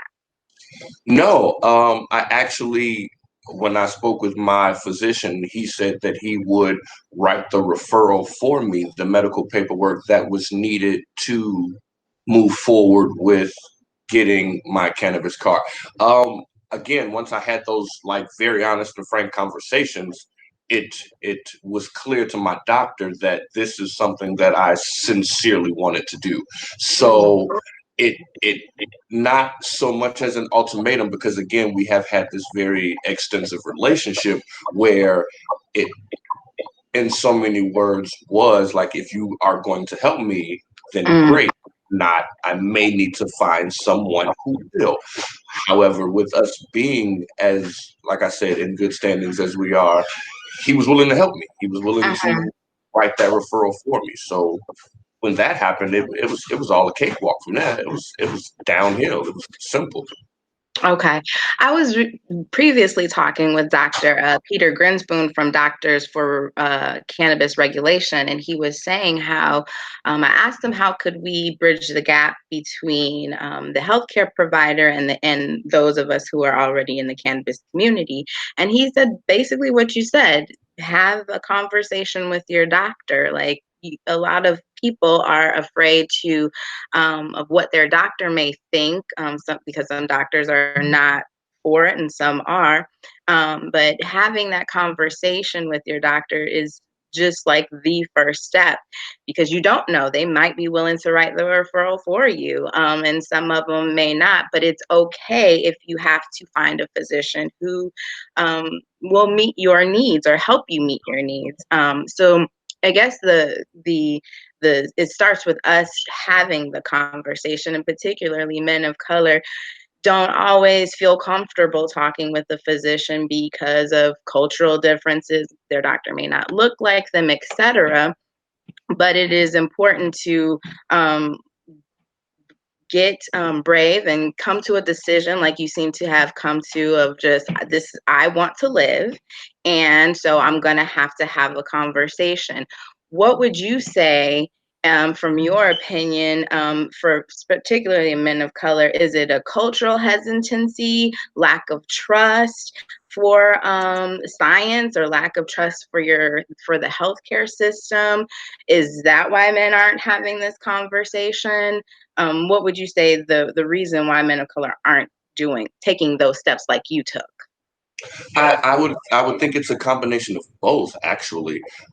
There is a hesitancy because, again, we've seen men of color not treated in the same manners in which members of other ethnicities are. So when you go into a system already understanding that you're not who this system is supposed to protect, it becomes easier to shy away from it. It becomes easier to avoid it because if I'm not medically insured, if I'm not in a position to regularly visit a doctor, if I'm not in a position to transport myself back and forth in cases of not necessarily emergencies, but still of medical importance. There's a difference in people going to the doctor just for emergency situations and medical importance. And if you don't really know that, or you're not aware of that, then you don't go. And then, there is this, again, troubling thing about this being upfront and honest in Black men. And I'm not saying that to say that we grow up protecting. And if that means protecting yourself or protecting anything from harming you, you may not be as truthful or honest. And again, if you have to remember that doctors provide you a service at the end of the day. And if they don't or aren't providing you the service most beneficial for you, find someone who will. Yeah, that makes perfect sense. Makes perfect sense. So thank you for that, telling us how you took the steps to better yourself and better your health and just have a more candid conversation with your physician. The purpose of this segment is to encourage men to take that step, make a decision, be vulnerable, and open up and talk to your doctor. That's how we start making those changes in our lives. So thank you for being willing to share your story of how you accomplished that.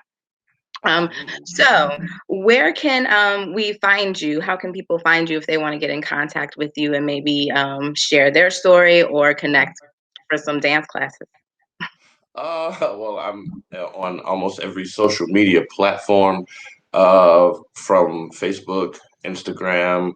My handles, SYKES, CYX, F as in Frank, IGGAZ, on Instagram and Twitter. Also 6 Alan Wynn on Facebook. Also have a YouTube channel, 6 Figures, CYX, FIGGAZ, on that as well. So those are all of my handles through social media, and you can find me or Studio 6 on Facebook. There's a page on there as well. Awesome. All right. Well, thank you for having us, or thank you for joining us. Absolutely. And I hope to speak with you again. Thank you all. All right. See you later. Thanks so much for having me, Felicia. No problem.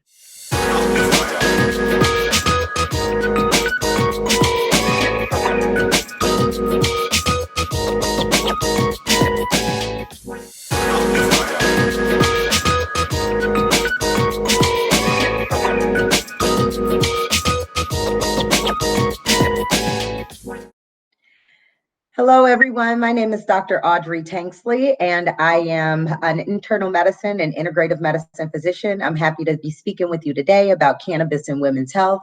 We'll call this Girls and Ganja. I have no financial conflicts of interest to disclose.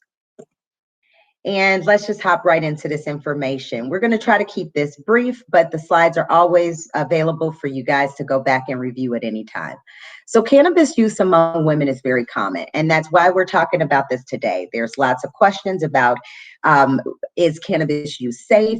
Are there specific things that I can use for specific conditions? And so I really want to make sure that you guys have the information that's available. 1 in 10 women actually currently report using marijuana, and that's women that are in reproductive age. So this is really important for us to know how this affects our body. Current marijuana use was also associated in studies with tobacco products and binge drinking. And so that brings another level of concern that we need to discuss to make sure that we are using cannabis in very safe and healthy ways. There also was reports that current marijuana use was associated with depression and days of poor mental health. So again, making sure that we are using products in ways that are beneficial to our health and in ways that can help to actually complement those things. Briefly, the endocannabinoid system is something that I'm sure you guys have heard a lot about, especially at this conference today. But it is a system that is already within us. So our endogenous cannabinoids, or those that are naturally made within our body, are these that are listed here. Anandamide and 2-AG are 2 of the most common and 2 of the most studied. They're a large class of proteins that really help our body to stay in balance. They also help to control some of the signaling for pain, for thinking, for anxiety, for appetite, and for many of us, very important for inflammation. There are specific receptors in our body, which are the key and lock that allow for the cannabinoid to bind and create the response that we're expecting. And so that's, they're all throughout our body, as you see here in our brain, our central nervous system, and all throughout, including our immune system. So let's hop right into cannabis and obstetrics and gynecology. So as I mentioned, I'm an internal medicine physician, but I do a lot of work with women's health. And so many years ago in the 19th century, the materia medica, which is essentially the resources that were used at that time, kind of the medical books, actually described cannabis plants. They talked about the effectiveness of them, and they talked about how they really helped the uterine muscle fibers, so our uterus.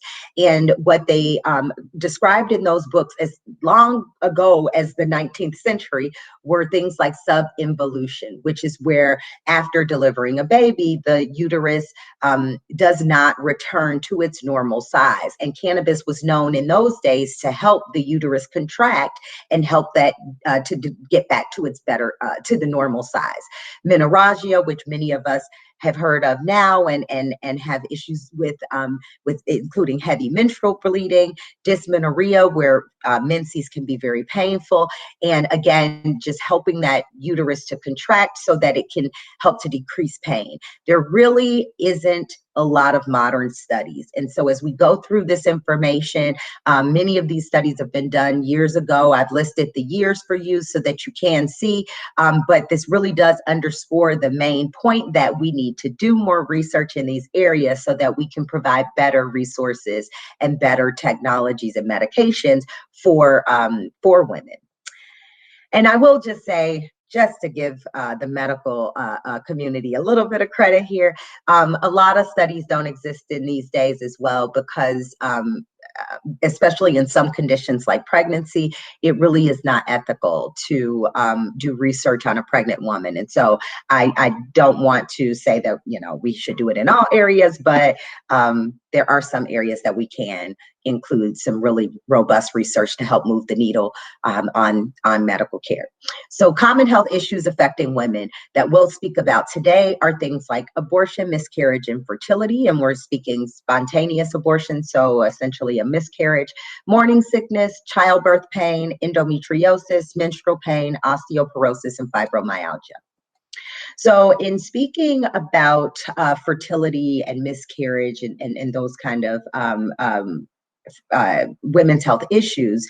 One key thing that we've identified is that anandamide, which is one of our natural endogenous cannabinoids, plays a very key role in fertility. Many of us from the studies that have done are not able to translate this clinically and give very sound advice on how to use these things, but we know that they exist, and so that is the platform for us to do more research in these areas. We know that if there are low levels of anandamide in studies that have been done on animals, that enhances their ability or allows them to be able to implant the egg, for the fertilized egg, into the uterus for fertility to occur. In high levels of anandamide, we've seen that actually diminishes or decreases the egg's ability to implant. Again, we're not really able to translate this clinically in humans at this time, but Vanderbilt University Medical Center did a great mouse study that showed the role of the endocannabinoid system in normal pregnancy, and that anandamide levels in the uterus did help that fertilized egg towards successful implantation. So we do need to do further studies in other mammals, larger mammals, and then in humans as possible.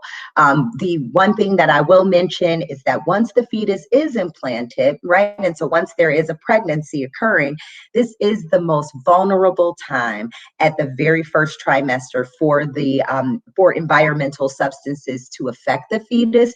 And so that's why when someone is actively family planning and looking to get pregnant, we really do encourage a very healthy lifestyle, good nutrition, lots of hydration, and staying away from substances that can be toxic to the fetus, like alcohol. Again, not much research in the area of cannabis in that space, though. So as far as pregnancy goes, leading into that next conversation, this is a very, very controversial area.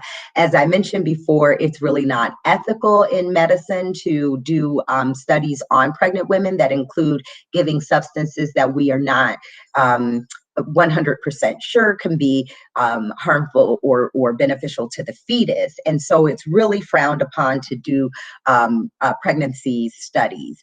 We see this now, even as we're looking at COVID-19, we don't have much data about pregnant women and the vaccinations because we don't do the studies on them, but we can kind of assume that it would benefit them based off the things we know about other vaccinations. In 1983, however, there was a study that enrolled 313 women who happened to have home deliveries.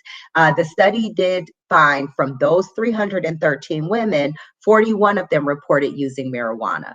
When the researchers compared these two groups, women using marijuana made less money on average, which was one of the demographic studies that they were looking at.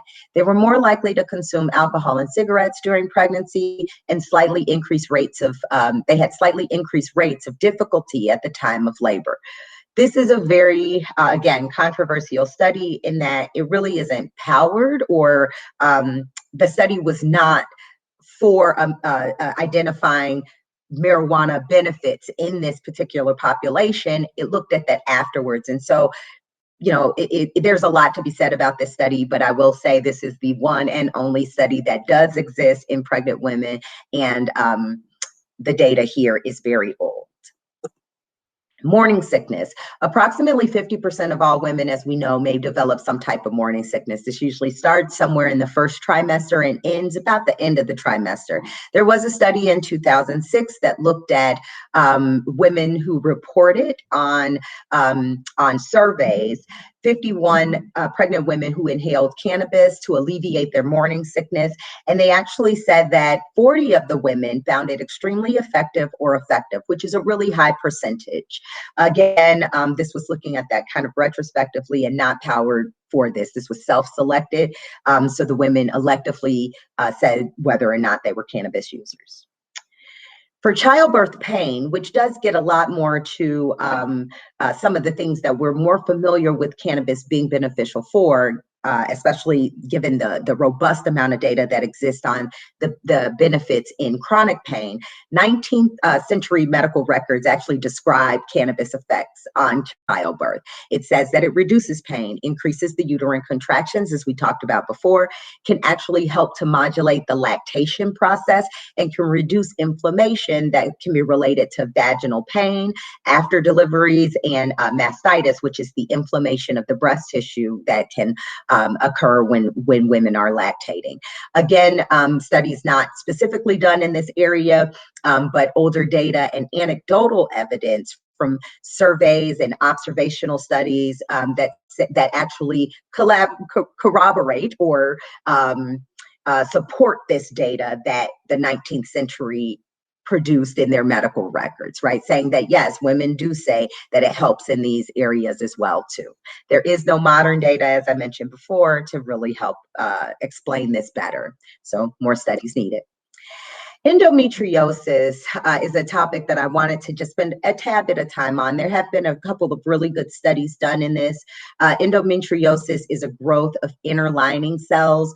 As on that slide previously that showed the uterus, it shows that there is the tissue that normally goes is inside of the uterus, and endometriosis can be outside of the uterus. It can be on other organs such as the colon and the liver and things that are outside of the uterus, but that tissue is still hormonally active. So around the time of menses, when the hormones, the uterus is contracting, that tissue also contracts. And so it's a very painful condition that women can experience. It can inhibit the ability to have children and increase, the risk for infertility. And so it's something that we really like to make sure we identify and are trying to treat as appropriately as possible. Surgical options exist. And in addition to those things, there have been studies that have shown that there can be benefits of cannabis in this population as well.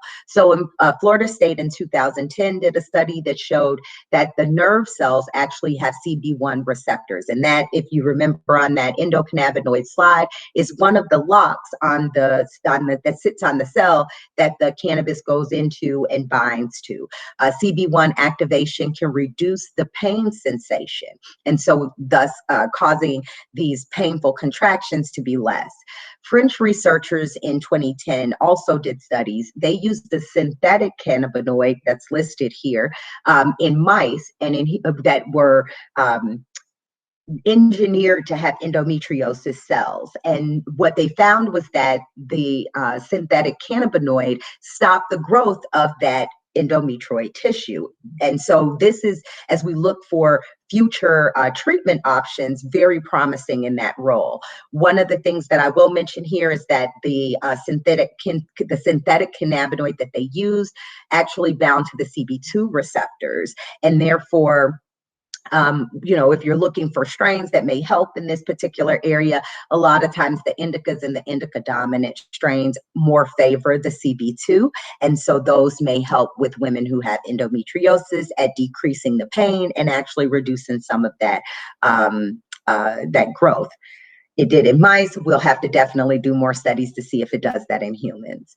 There also is a study in Harvard study in 2018 that was looking at a product by Foria Wellness called Relief as a vaginal suppository to study the effects that severe menstrual cramps and things like endometriosis cause. The results of that study is not they are not available at this point, but this is at least some very promising information that may be coming down the line. So menstrual pain, again, very little effects specifically on menstrual pain, but drawing from our information that we have about endometriosis and knowing that cannabis itself can have antispasmodic effects, analgesic effects, and anti-inflammatory effects, there is the thought that there is benefit in menstrual pain as well too. Lots of anecdotal data around that. And in 2003, some German researchers looked at a case study that showed cannabis was useful for menstrual pain. Not much more information than that. Osteoporosis, I decided was really important to mention here as well too, because it is a very common condition in postmenopausal women. So after our menses stops and we no longer have that estrogen surge that we get every month, we can see some changes in our bones and other structures as well, vaginal dryness and other conditions that can occur that were typically not there before we were in menopause. And so this is something that, as I mentioned, can occur, is common, and we really want to make sure, because there have been some studies done in cannabis in this area, so I wanted to make sure that we present this information as well too. Another area that I think is important to think about besides postmenopausal women is in people who receive steroids for chronic conditions, and this can be males or females. But a lot of times with the treatment of autoimmune conditions, we will treat with steroids. And one thing that steroids, they can decrease inflammation greatly, but they also can demineralize the bones and lead to early onsets of osteoporosis. So in 2005, a German set of researchers did a mouse study that looked at cannabinoids and found that they actually bind to CB1 and CB2 receptors and that regulate osteoclast activity. So osteoclast activity is the breakdown of bone, and what you'd like to have is osteoblast activity, which is the rebuilding of that bone. But we did, and it also helped to regulate bone mineral density. Activating the CB2 receptors played a key role in developing osteoporosis, and so this was found in this particular study. Israeli mice study from 2006 and 2009 was also done. In this, they found that the cannabinoids, again, kind of reiterating what the Germans found, that they help to maintain bone density, and there was some age-related bone loss. So if you see, there's really kind of conflicting data in this study, but there may be a potential role. So there really is more room, again, for us to look in adults and postmenopausal women and those who have osteoporosis from chronic conditions that require steroids, to see if there's any real benefit that's occurring in the osteoclast activity of those individuals. Our preclinical trials, though, did focus on, these preclinical trials did focus on THC.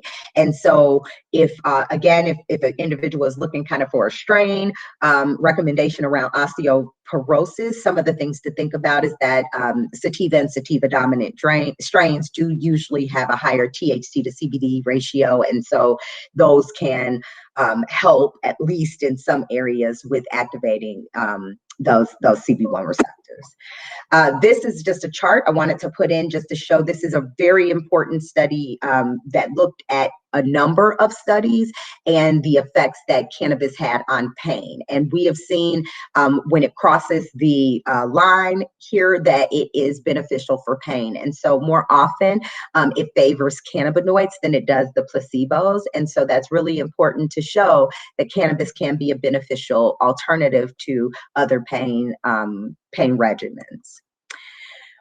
Fibromyalgia is the last condition that I will specifically talk about, although I'll mention a couple others just because they really do tie into a lot of these conditions.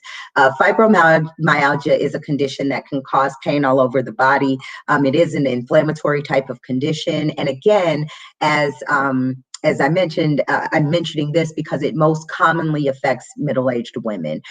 Some of the symptoms can be fatigue, sleep disturbances, emotional and mental distress. And so if you just look at those symptoms, you would know many of the effects that cannabis has can benefit those individual symptoms. And so it's not surprising to see that there were studies that also supported that.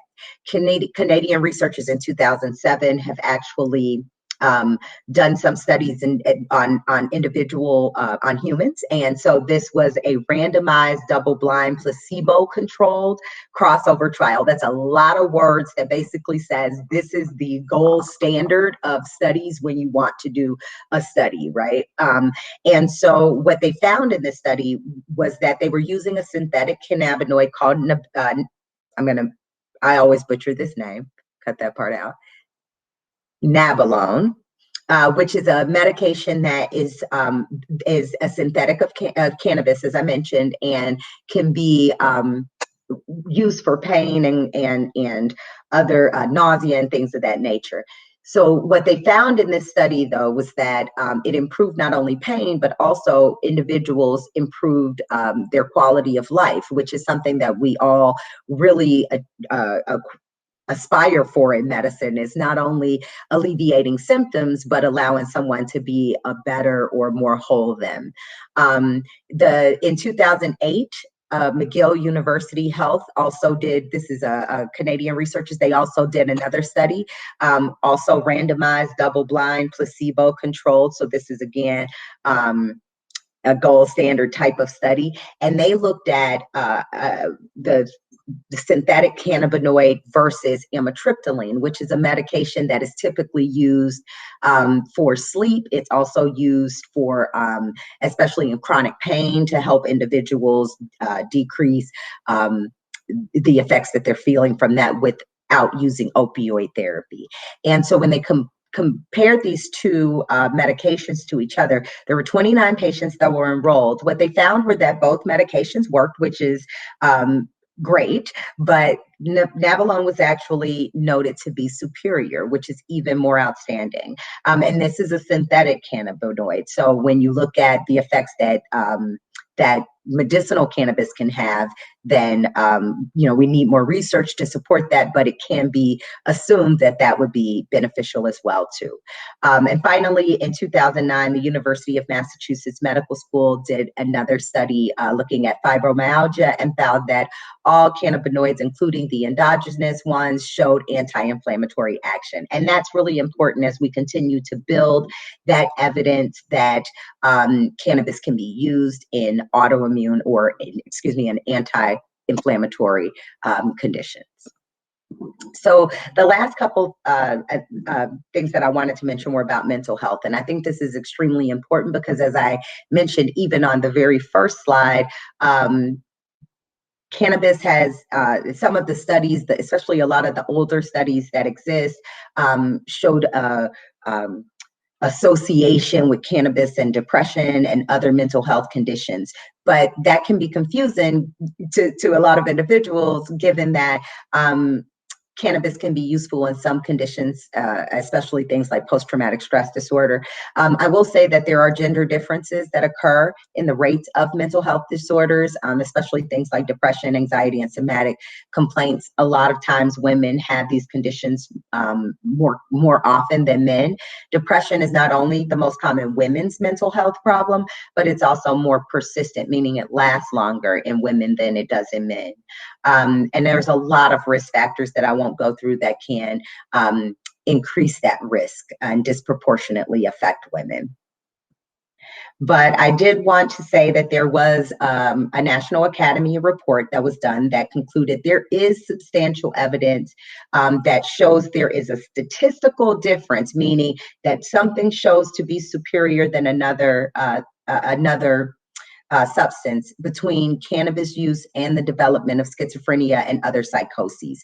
That is most often highest among very, very frequent users and in certain populations. So it's not generalizable against for everyone, but it is notable to consider, especially when we think about using about our early use of cannabis, and knowing that these types of conditions like schizophrenia typically present in young individuals. The increased risk is a very weak effect, as I mentioned, and it's very causal, so the association is not clear, but it has to be mentioned. Cannabinoids have proven effective in lab studies and, again, in non-human trials for depression. And so there needs to be more studies and more information there, and that is a lot of what you'll hear at this conference today, and a lot of individuals that are in those spaces and starting to create this this body of evidence that's going to help us be able to more definitively recommend cannabis for certain conditions. But I will say, if you are thinking about or are already actively engaging in medicinal cannabis, please embrace it as a lifestyle. And I just wanted to leave this last slide there just to say, and I don't know if my dog made an appearance in this. If he did, that's part of a lifestyle, right?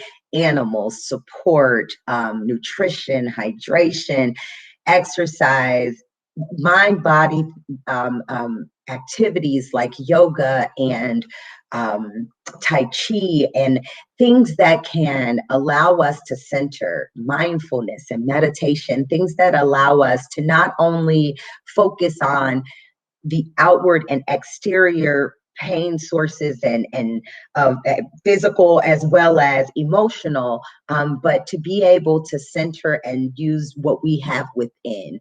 And cannabis, one of the endogenous cannabinoids that I mentioned, anandamide, was actually named that it means internal bliss. And many individuals that have experienced cannabis know about the internal bliss that it allows, that sense of peace and joy that you have when using the substance. And so embracing the entire lifestyle not only allows you to be a more whole you, but it allows you to really experience the most benefit from the plant that you can. And so on that note, if any of you are looking for more information about cannabis, or you are looking for a practice that can do some consultations and let you know about how these medications can interact with others, and just are knowledgeable in this space, by all means reach out to us and we are happy to accommodate. Have a great rest of your day and great conference. Make sure you attend all the sessions. Bye.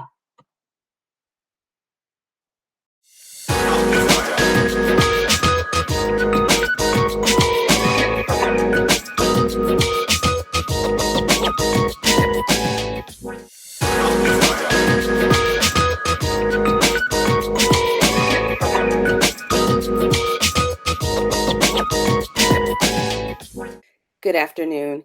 I am E.A.T Moore. I'm the Executive Director of Chicago NORML, and welcome to Cannabis and the Healthcare Provider. Today we have such a great treat. It's a treat for me. We're going to be speaking with not one, but two healthcare providers, Dr. Rachel Knox and Dr. Jessica Knox. Hi. Hello there, E.A.T.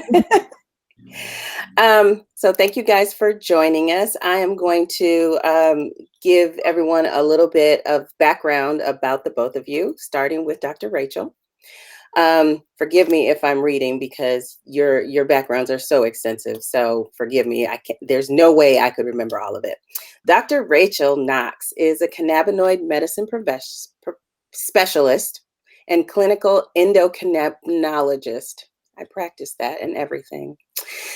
She completed her undergraduate studies at Duke and medical and business degrees from Tufts School of Medicine. She was trained in family and integrative medicine at Carolinas Health Center. And Dr. Rachel is also a policy and regulatory consultant on cannabis and psychedelic health equity. Okay, so there's a lot. She is the chair in the Association of the Cannabis Health Equity Medicine, which is ACHEM. I think that's up on the screen. And Chem Alliance. She's the immediate past chair of the Oregon Cannabis Commission, member of Portland's Cannabis Policy Oversight Team, a member of Oregon's Psilocybin Advisory Board, board member for Cannabis Regulators of Color Coalition, CRCC, Doctors for Cannabis Regulation, and the Minority Cannabis Business Association.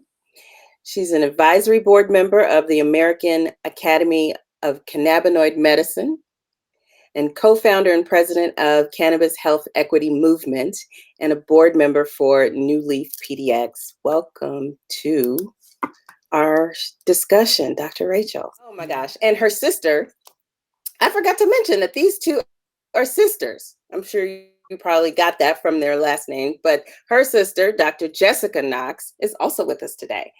And Jessica is a preventive medicine physician with a bachelor's degree from Harvard University, medical and business degrees from Tufts, University.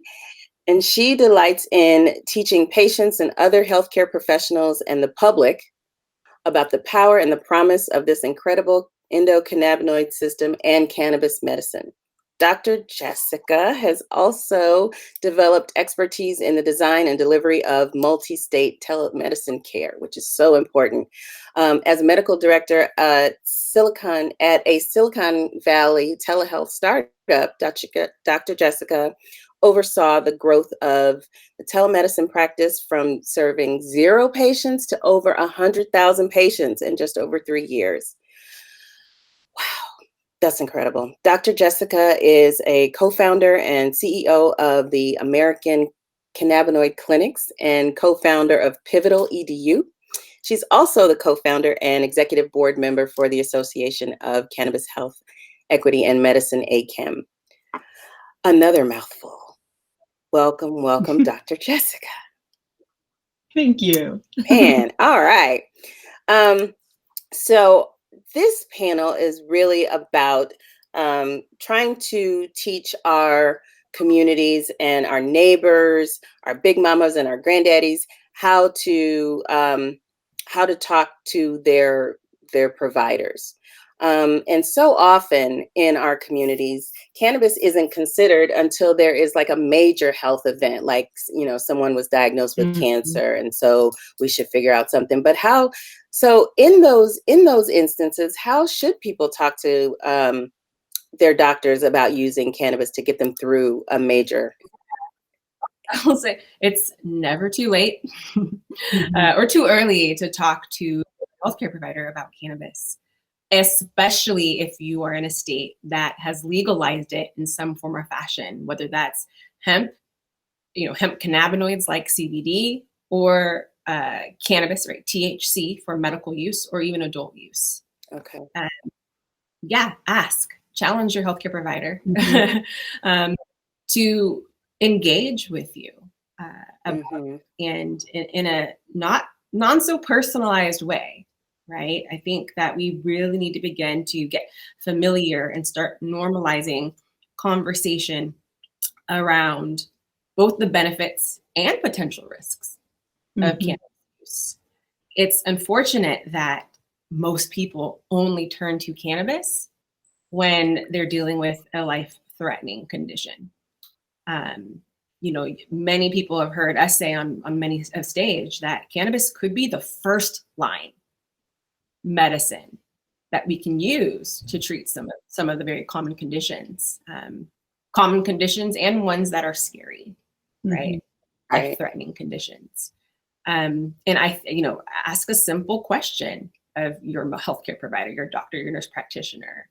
What do you know about the and risks of cannabis in treating my condition? That's a really good question. I mean, that's a really good answer. Like, so what do you know about it? Because I've heard that this can help me. What do you know? Right. Yeah. And I think it's important for people to understand the context that cannabis, progress in cannabis and cannabis legalization really has been a patient-driven phenomenon. It's unfortunate, but most medical providers still know very little about cannabis as medicine and about the endocannabinoid system, which is the physiology in our body that cannabis works on. But what that sort of leaves is that it is our patients who are pushing clinicians to learn more by asking those questions. It's not good enough for us as clinicians to say, oh, I don't know to my patient, or there's not enough research, there's not enough evidence. The more patients ask their providers about it, the more pressure those providers will feel to go and learn from all of the information that is out there and available. So I know it can be, scary, it can feel intimidating for patients to bring up these conversations, particularly because of the historical and still remaining stigma around cannabis. But working up that courage is really important, of course, for yourself and your own personal care, but also as a whole to push all of us forward. We have to have these conversations. Yeah, Definitely agree with that. I'm a big proponent of you work for me. You work for me. I'm paying you. I'm paying you for this information. I need you to know what you need to know. I'm always saying that. I just like said it to a student. I'm like, this is your education. You're paying for this. So I definitely agree with that.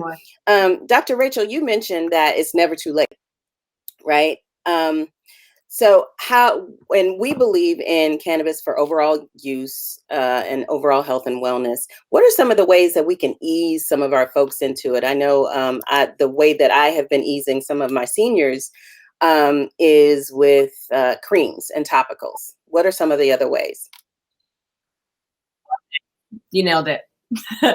That's how you ease people into the use of cannabinoid products. We have to start with the least controversial product on the market. We have to start with a product that doesn't have, you know, some of the interactions that we need to protect around. And notice I didn't say protect against, but we want to protect around.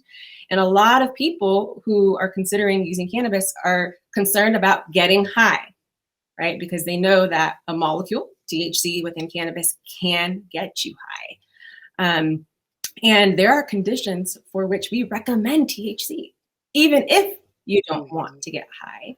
But we have to start simple. We have to start with low doses.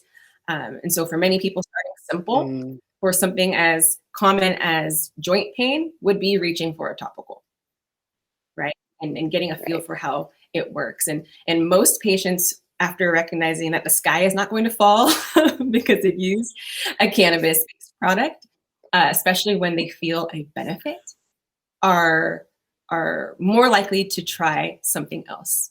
Because a lot of our medical conditions, including pain, also need to be treated internally. Yeah.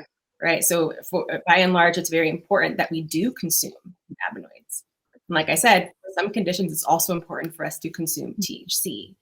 The magic happens when we talk about and bring in the other cannabinoids that buffer that experience of intoxication that THC can cause.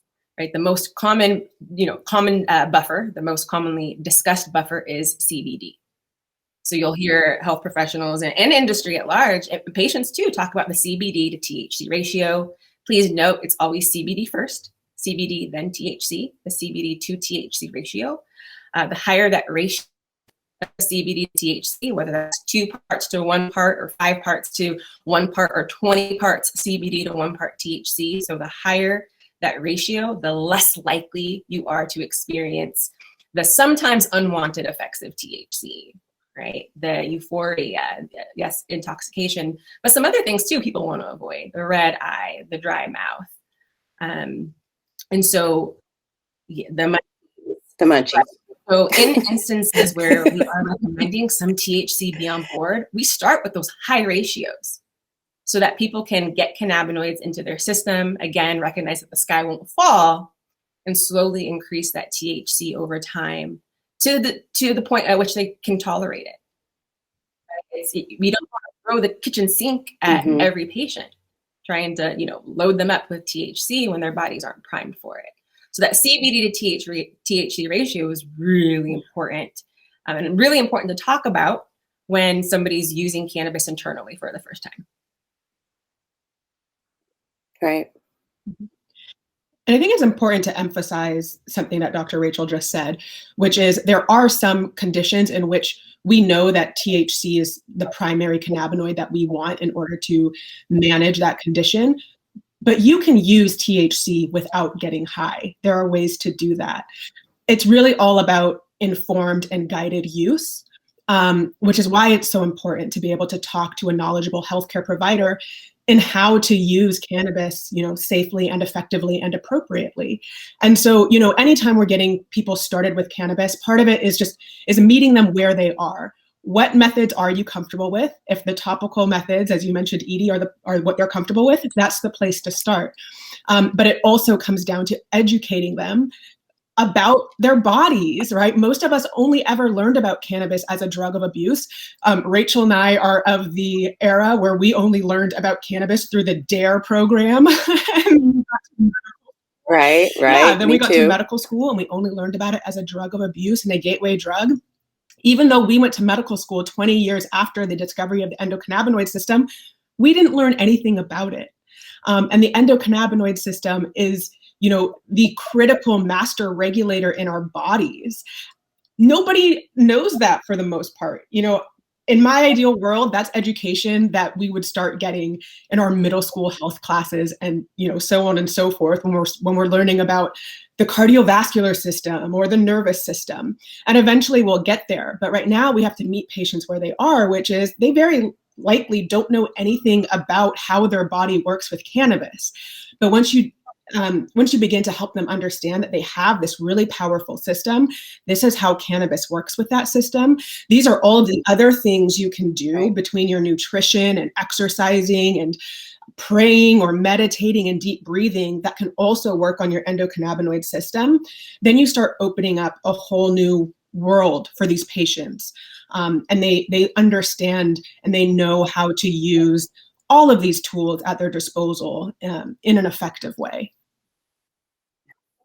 Yeah, this conversation is so important. I've often had conversations with young people who don't understand the why of why they like cannabis, or why do you use cannabis? Well, it makes me feel good. But do you understand the why of why it makes you feel good?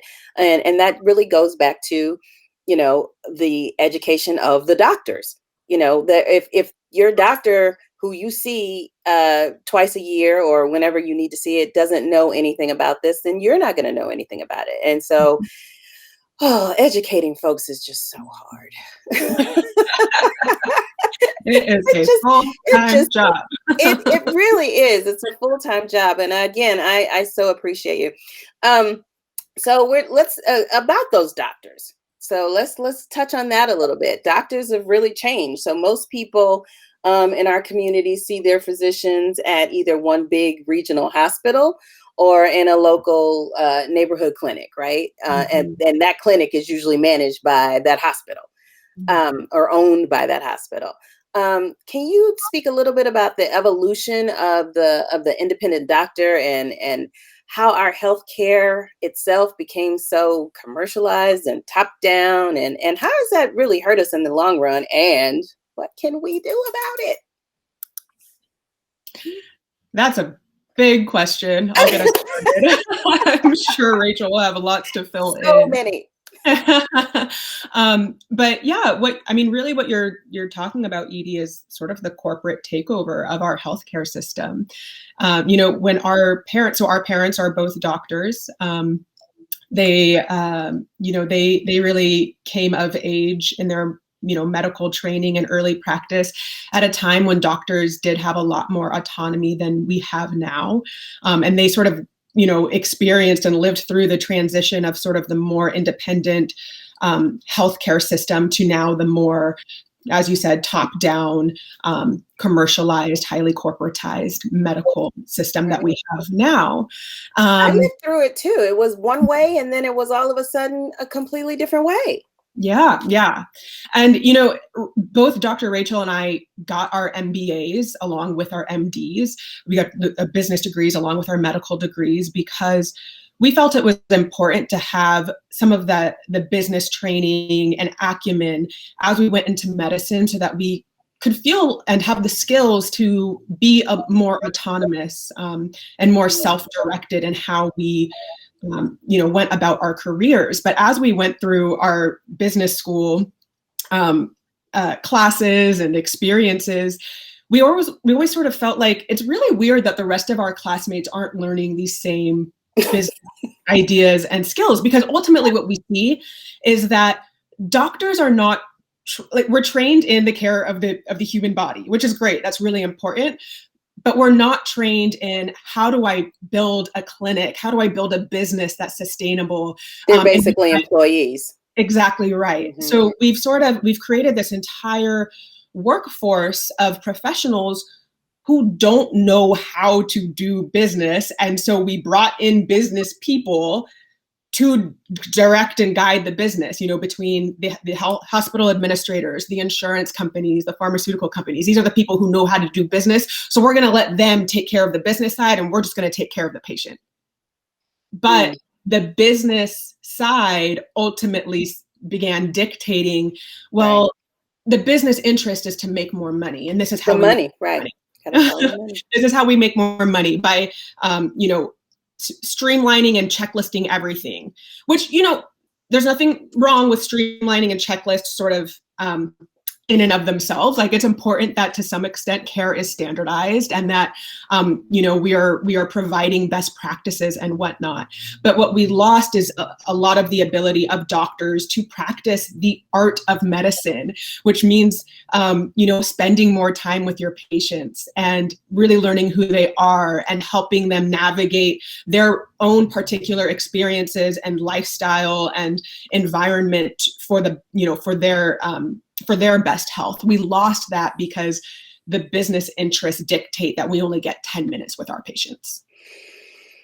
Right. And all I have to say, because just, you know, that is that it eliminated our opportunity to truly customize care. Right. For the individual. There's I don't feel it. I don't feel it. None at all. And when it comes to the care of the human body, the care of the endocannabinoid system, it requires personalization. And it requires a flexibility that is not afforded by the systems of corporatized medicine and protocols, which, like Dr. just said, are helpful, but they should just be guideposts. We really need to allow primary care providers, specialist providers, the autonomy and the latitude to give to patients precisely what they need. And based on that patient's individual experience as they walk through this life. So can we demand that?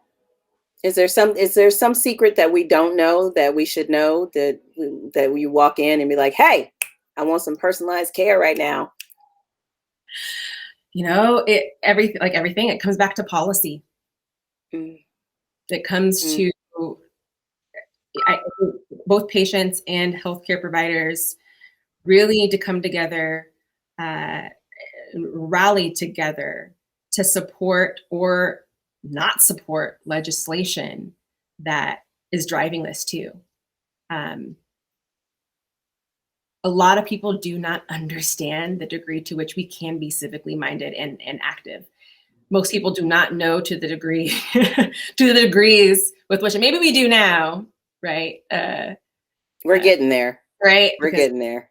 2016 to 2020, I won't name any names, that a lot of what we experience was actually dictated at the legislative level, right? The practice absolutely included.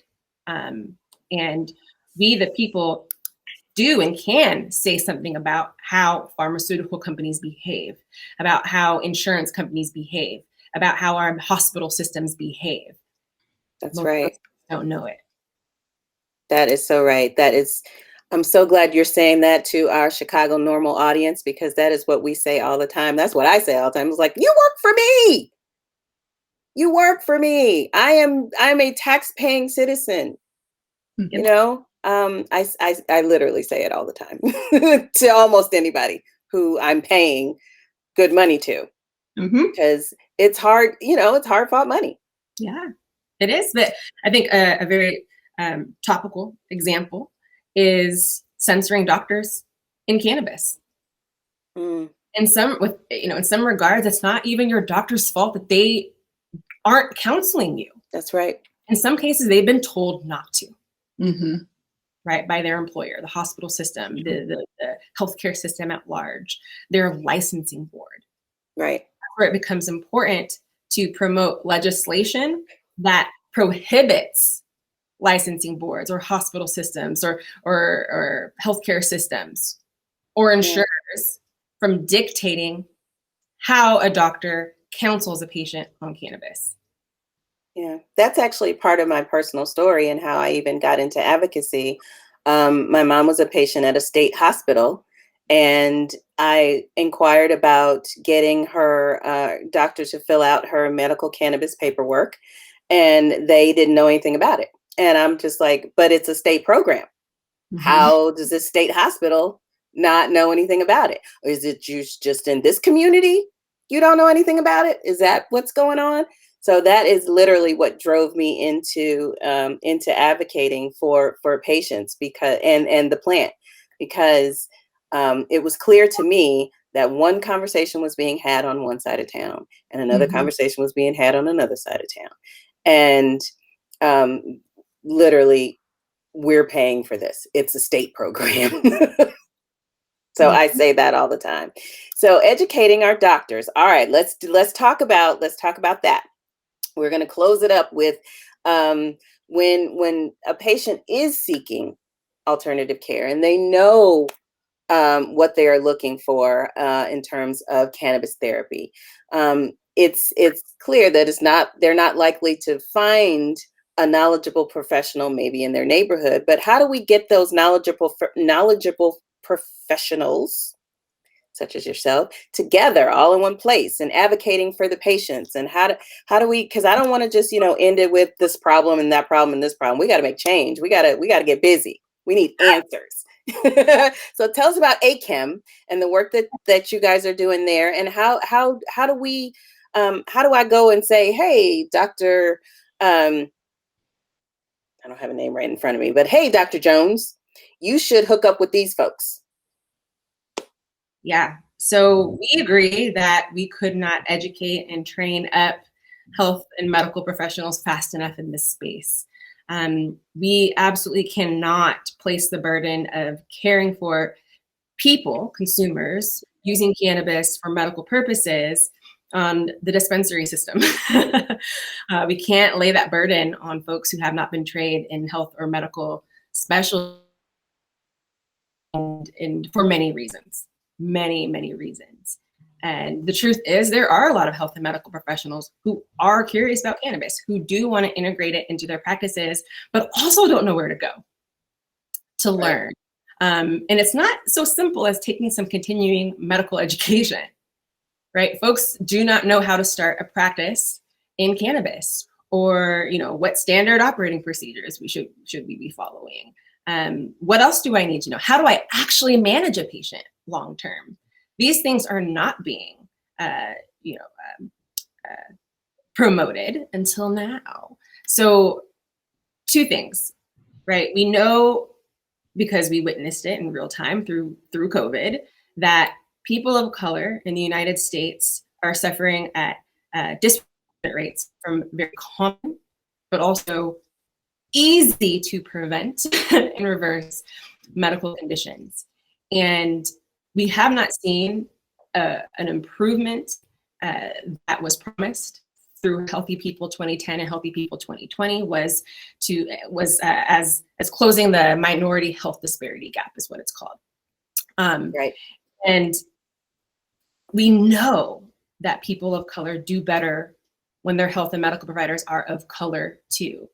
It is actually really sad that we are still not graduating a higher percentage of Black male medical doctors in the United States than the 1970s. It's lower. I can't tell you when the last time I saw a Black male medical doctor. Yeah, it's abysmal. So it's no wonder that we're struggling with systemic racism within the institution of medicine. And don't get me wrong, everybody needs intelligent and competent healthcare professionals in this space, in this cannabis space. But we recognize that because of the minority health disparity gap, because of the significant disinvestment in the well-being of Black and brown people in the United States, we had to do something different. We know that cannabis is a medical solution to many of the common diseases that are plaguing our people. And so understanding that, and understand that we have a dearth of Black and brown medical professionals, we decided to merge the two into the Association for Cannabis Health Equity in Medicine, or ACHEM. So it is the first of its kind professional medical association, specifically for BIPOC, who are interested in health equity and cannabis as medicine. Our goal is to increase the ranks of BIPOC health and medical professionals knowledgeable in endocannabinology, so knowledgeable in this amazing system that Dr. Jess described, and cannabis medicine, how to apply cannabis to endocannabinoid system dysfunction and manage patients on cannabis and other regimens that also assist in restoring balance in the body. But not only that, right? We're at this unique moment in time where we can't just be educated.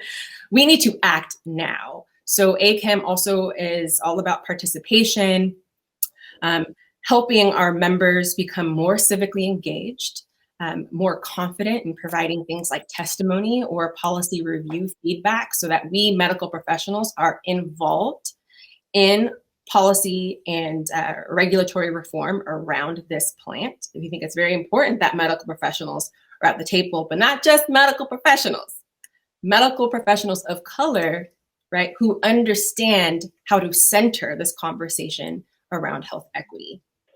We also care about economic opportunities for our members. It is really hard for medical professionals, again, of any color, to find their place in this cannabis industry, right? Many of us think we have to touch the plant, to create generational wealth, and that's not true. Medical professionals come with a whole host of skill sets, and we want to be able to promote our members and identify economic opportunities for them, with them, in partnership with them as well. And then lastly, we want to make sure that our impact is felt in our communities.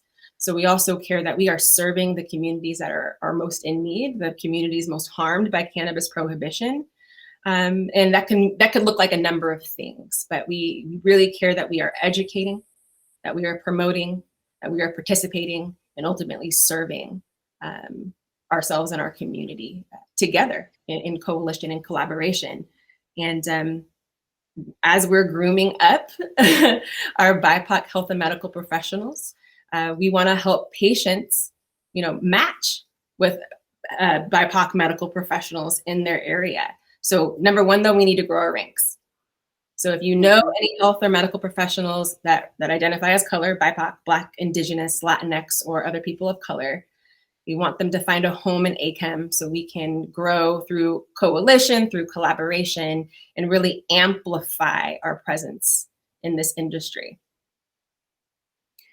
I am going to shout it from the rooftops. I'm going to shout it every time. My mother-in-law is actually in the hospital right now, and I can't wait to go in there and be like, okay, wait, let me find somebody to join ACHEM. I really love 420, not for the reason that everybody else does, but I love talking to patients. It's really what brought me here. We kind of got lost in this whole licensing and business and investing thing in 2020 when Illinois went legal. But I always take this opportunity, and our board does, to save 420 for the patients, because they get forgotten about so often. And this health and wellness fair is something. It's our 3rd annual one, and I hope that you guys will come back for the next one, and that we'll see you in between too. So thank you so much. Thank you so much for joining us. Our pleasure. Thank you.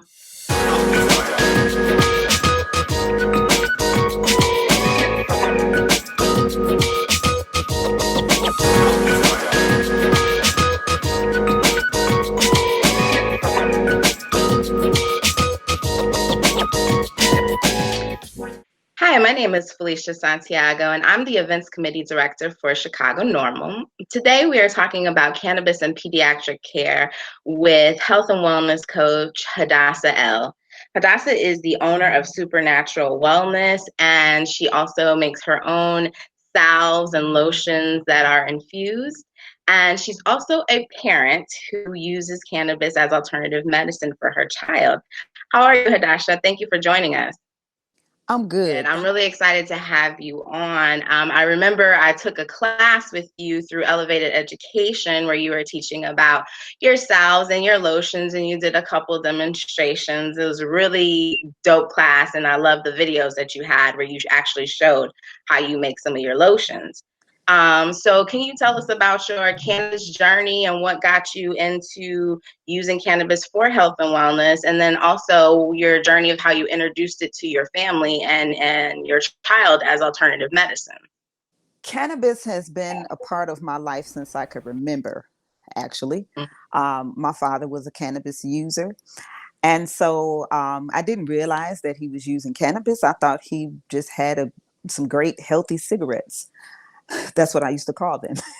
And so, you know, fast forward, my father actually passed away of cancer in June of 2013. And so just as, you know, just being a part of the health and wellness industry, because, you know, my mother was a health and wellness coach for, I don't know, over 30, 40 years now. I've just always been in this space. And so just trying to get different things, you know, for him, because he wanted to attempt to use natural alternatives for cancer. So, but he lost his battle with it.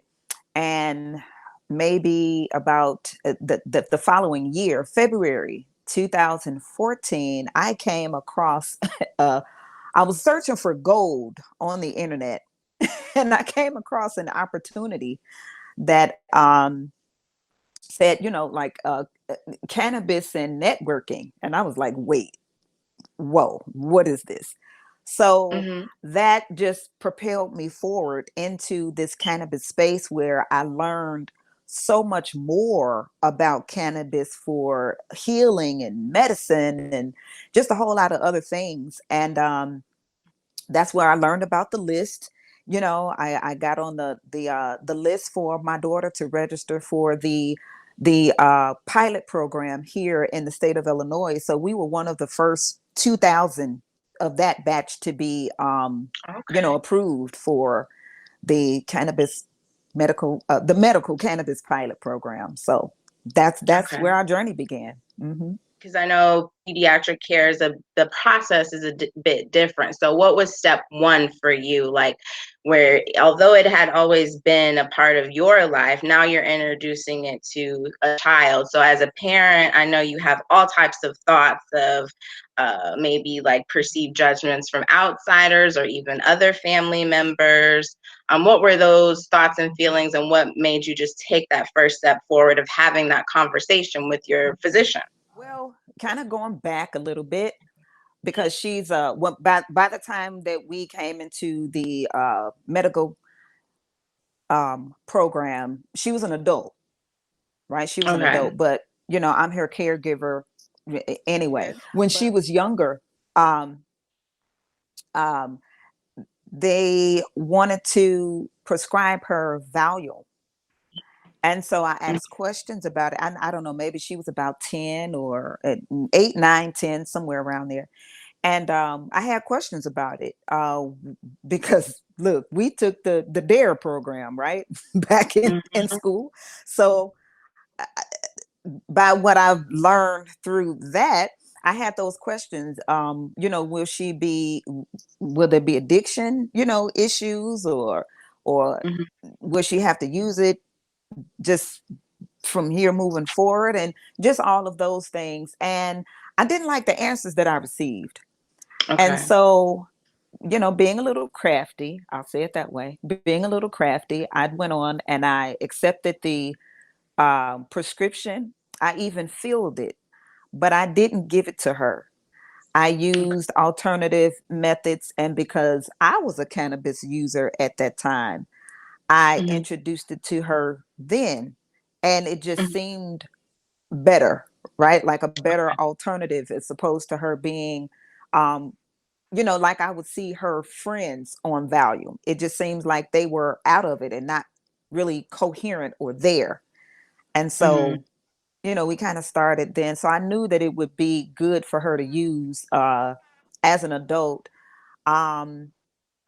how did I feel about it as far as like introducing it to family and things like that? I don't even think I didn't think about that at all, actually. I'm kind of crazy when it comes to that. I really don't Yeah, and care. as a parent, you do what you have to do for your children, no matter Yes. what other people say. But I can imagine other parents who may not have grown up with cannabis being a part of their culture may be on the fence, is like, well, volume hasn't worked, this hasn't worked, I don't like the effects of it. And I've been reading on cannabis, and in Illinois, it is I feel legal. like you should always come armed with your research, because that's how I came. It's like I already had it in my mind that this is what I wanted to do, and when I set my mind on something, it doesn't matter what anybody else says, does, or thinks. My mind is set. However, I know that there are other people that may be involved in the process, especially with the pediatrician that has to sign off on it, right? And so I would tell any parent, just as I did, come armed with the research, and not just something that hey, go online and just grab something. Like, no, come with the research that is from those medical journals that the doctors and pediatricians have to use anyway when they're when they're in school, and they're peer review journals and things like that. So just search those peer review medical journals, and I'm pretty sure all of them will come up. And do that research on the cannabis, and then take that, like, hand copy, right? Paper printed, hand copy in hand, and present the research to the physicians, to your pediatric primary, and then have that discussion on especially their specific condition, and how the cannabis can help with that specific condition, and the reviews that were already done. And I had no issue at all when I came equipped with the information. Okay, so that will help the conversation be more comfortable and more fluid when you knew what you're talking about, and you felt confident, your physician felt confident. Yes. Okay. Perfect. So besides being after having that first conversation, and now you're starting the process of getting your child their medical card and your caregiver card. Can you describe your first experience of going into a dispensary to find the perfect method of consumption for your child? Well, it was a lot different than it is now, because so much has changed, in the medical space over the years. So in the beginning, the bud tenders, they had a lot more time to help you with what strain may help with certain conditions, so you could ask those questions. I'm not really sure about that now, because we're more wide open for that recreational space as well.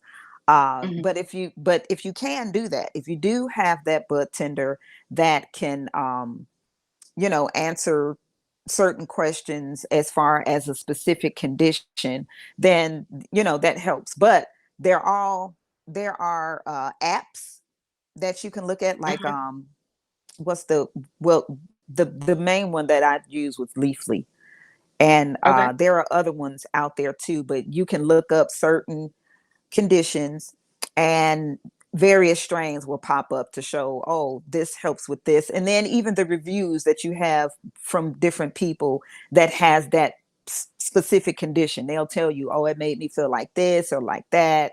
Yeah, so that's good. That's been helpful for us. Okay. And does that help with dosing as well? I know many parents may be concerned about giving too much or giving too little. What was that? How did you find that sweet spot of this salve worked or this tincture worked? What did you do to find the perfect sweet spot for your child? That's one of the things too. with asking those questions with the bud tender, because they, Okay. you know, a lot of them have that knowledge. And so, you know, they would recommend a certain strain of, you know, maybe a 1-to-1 or something, you know, of that nature. So it helps a lot. And then you can also, you know, as a parent, just start with the recommended dosage that a bud tender may say, okay, well, this may work for them. And if it seems that it may not be enough, you know, up it. If it seems like you may want to, you know, lower the dosage, then you can. The thing is, with cannabis, there's no such thing as an overdose. The most that you'll do is go to sleep, but you'll wake up. Right? That's the Right. beauty of Right. it. Yeah, and I can understand parent hesitation and leeriness, especially when they themselves are not educated, and not like you already it's already in your family, already in your culture. So, last question: if you could give 3 things of advice for a parent, like this is step 1, step 2, step 3, and if you follow these steps, you will have more peace with your decision. You'll be more confident with your decision.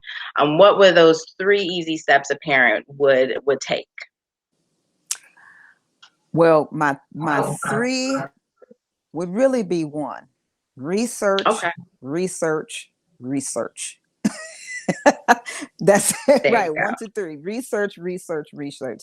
When you do your research, that helps you to be more, you know, confident and firm in your decision, because I mean, that's pretty much it. When you don't have the knowledge, you know, we say that, you know, knowledge is power, but we know that it's applied and executed knowledge that is power. So, you know, but you get the knowledge that help you be more confident in order to move forward, you know, execute and apply. And then, you know, hey, you just go from there. So research. Right.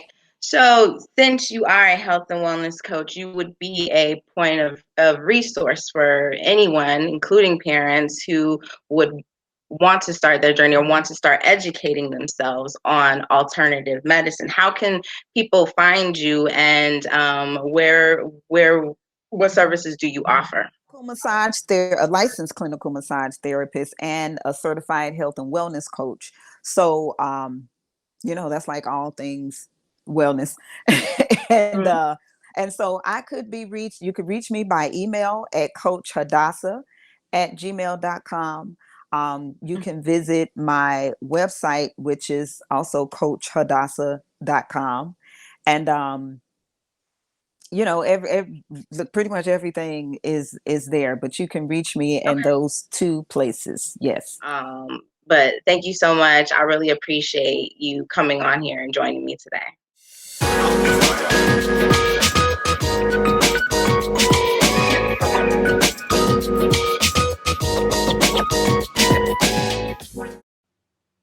Hi, my name is Felicia Santiago, and I'm the Events Committee Director for Chicago NORML. And today we are talking about cannabis and pediatric care with Dr. Audrey Tanksley. Hi, Dr. Audrey, how are you doing? I'm wonderful today. How are you, Felicia? I'm good. Thank you for joining us. Before we get started, Dr. Audrey, can you tell us about your background and your experience with cannabis and children? My name is Dr. Audrey Tanksley. I am a board certified internal medicine physician, as well as a board certified addiction medicine specialist. I am fellow trained in integrative medicine, and that is where my expertise and passion in cannabis comes from. I have been certifying patients for medicinal cannabis since about 2015, but have been following and involved in the field for a little bit longer than that. I am, as far as pediatrics goes, so I am not a pediatrician. However, there's so few of us in this space. I do a lot of consultations for parents and certifying as a reviewing physician for patients who are interested in using holistic or complementary medicine for the care of their patients with or their kids with qualifying conditions. Okay. So, speaking of parents and children with qualifying conditions, I spoke recently with Hasada L, who is a parent who uses cannabis as alternative medicine for her child. And she said one of the first things parents can do is research, research, research. And after you pretty much do research on your own, you're pretty much at the point where, in my opinion, at your wit's end, like this is your final hope. So how can physicians reassure parents who may be a little bit skeptical about it, maybe not educated about it? How can physicians facilitate that conversation with parents? So first things first, I think it is always good to research and to know what's available, whether it be from a traditional or a non-traditional standpoint. You know, we really should not have a cookie cutter approach to medicine. And so it's really important to know that there are options available for pretty much every condition that we treat. So I do think that researching is very, very important. I think, you know, as you mentioned, you get to your wit's end. I think part of that is because there isn't a lot of research in this space, especially when it comes to pediatrics and the benefits that can be had. You know, there's very limited research. Some of it, a good amount of it, is on animal studies, which doesn't always translate over into human studies. However, there are a couple of really good trials that were done with human patients that showed some really good evidence, especially for seizure disorders and in things like autism and you know, some of the neurocognitive delay that you can see in some of those conditions. So, you know, I think having that research does set the platform or the baseline for you to be able to open that discussion with your physician. I think it's also important to know that you know, this is what we do as physicians. We're lifelong learners, and so you know, challenging your physician and having them to look for the research and to look at that data is also what you should be doing. There is a lot, you know, as I mentioned, I'm not a pediatrician, so I consult the American Academy of Pediatrics quite often to make sure that I am in alignment with you know, some of the things that they are mentioning, and they have a robust amount of data and information about medicinal cannabis in the pediatric population. Again, robust for this space, so not as extensive as we'd like to see, but definitely not you know, negligent. And so I think that it's important for us to know there is information out there, and there is credible information in many of our medical societies that can help to guide those relationships. I didn't mention this earlier, but I am myself the parent of a medicinal cannabis card holder. My daughter, yes, my daughter, now she's a bit older. She is actually about to be 21, but she's held her card for the last 2 years. And when we were researching options for her conditions, medicinal cannabis was one of the ones that we considered as well, and found to have a lot of benefit from. And so I wanted to make sure that she was well aware, not just myself and her pediatrician as well. Interesting. So can you just walk us through that experience after you both decided this is what you want to do? Your first step as a parent is becoming a caregiver, correct? And then can you walk us through that process? Absolutely. So for my daughter, it was a little different because she is over the age of 18 at the time that she got her card. So I did not have to become her caregiver. But if you are under the age of 18, as you mentioned, the medicinal card holder, while the patient, being the pediatric patient, is the actual individual with the condition that qualifies for the medicinal cannabis card, because they are under the age of 18, they're still under the guardianship of their parents or caregiver. And so that individual is who becomes the essentially the person who can go in and purchase substances or purchase products for their use. That individual with a pediatric certification, the person is allowed to have 2 caregivers. The first caregiver is included free of charge on the application process. The second caregiver, I believe, is $75. That gives you the ability to go in and purchase the products for the individual, because in the state of Illinois, you do need to be 18 years of age in order to enter a dispensary. Okay. So after the parent and their child has gone through this process, they have their cards and all the things that they need to get ready to go into a dispensary.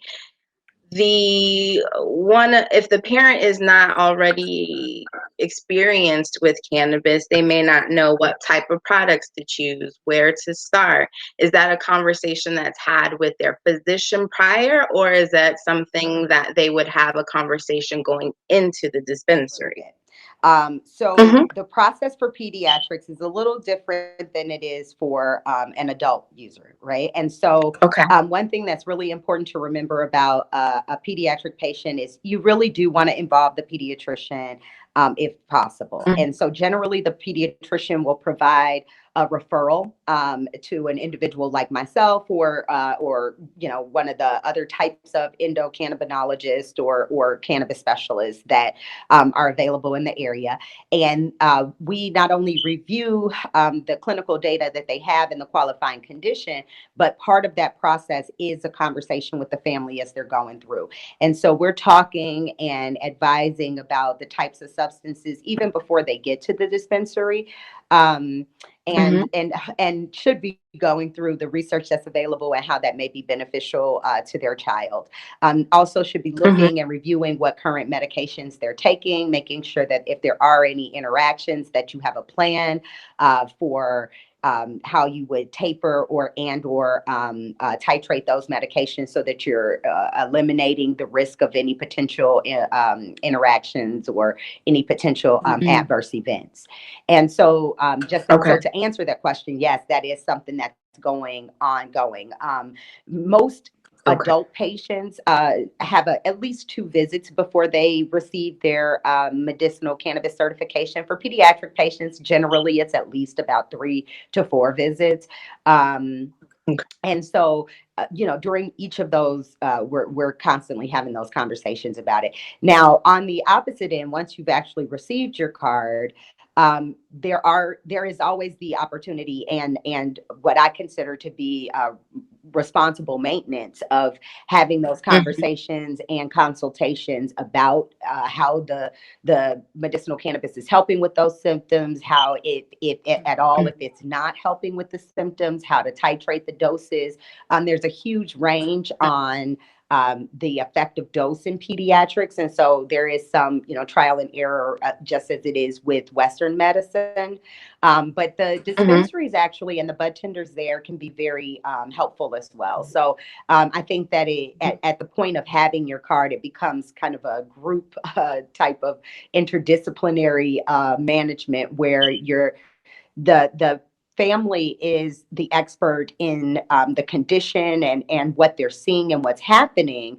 The physician is the expert in the pathophysiology and the mechanisms of what's occurring from that disease process. And then the dispensary becomes a part of that group as well, as they have the expertise in what products are available and can help get access in those third party testings and knowing the quality of the products and those kind of things. And that is all important as you use medicinal cannabis as a treatment.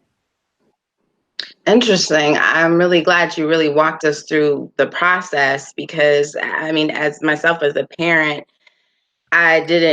I was always like, definitely for cannabis, but when it comes to someone who has a qualifying condition, I know that you just can't go in, and just get anything for your condition. It is a process, and you do have to kind of find your sweet spot, and what that it could be a product, it could be a plant, it could be anything. So it's nice to know that physicians are working together, like collaborative care for pediatrics.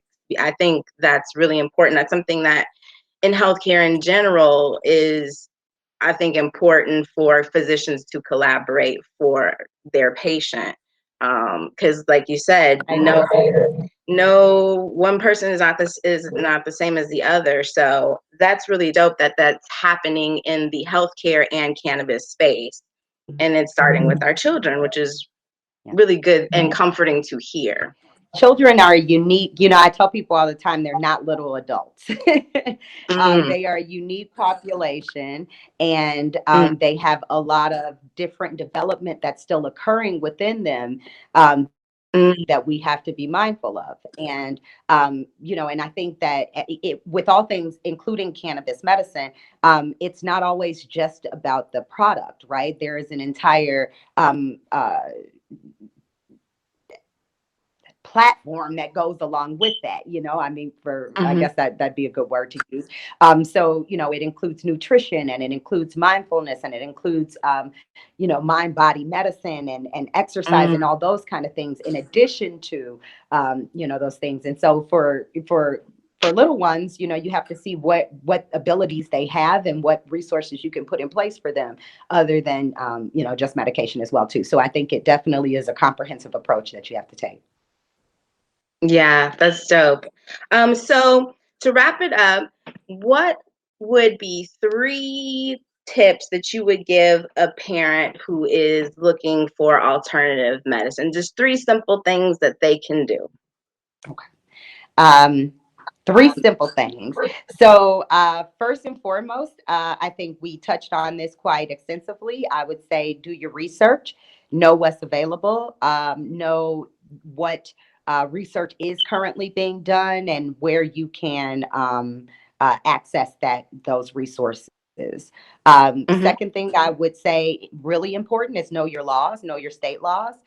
Know what is needed, not only from a medicinal standpoint, but also legislatively. So, for example, there is a law here in Illinois. It's called Ashley's Law. It was put in place about 2018, and it allows for pediatric patients who have a medicinal card, cannabis card, to have their medications administered to them while they're at school.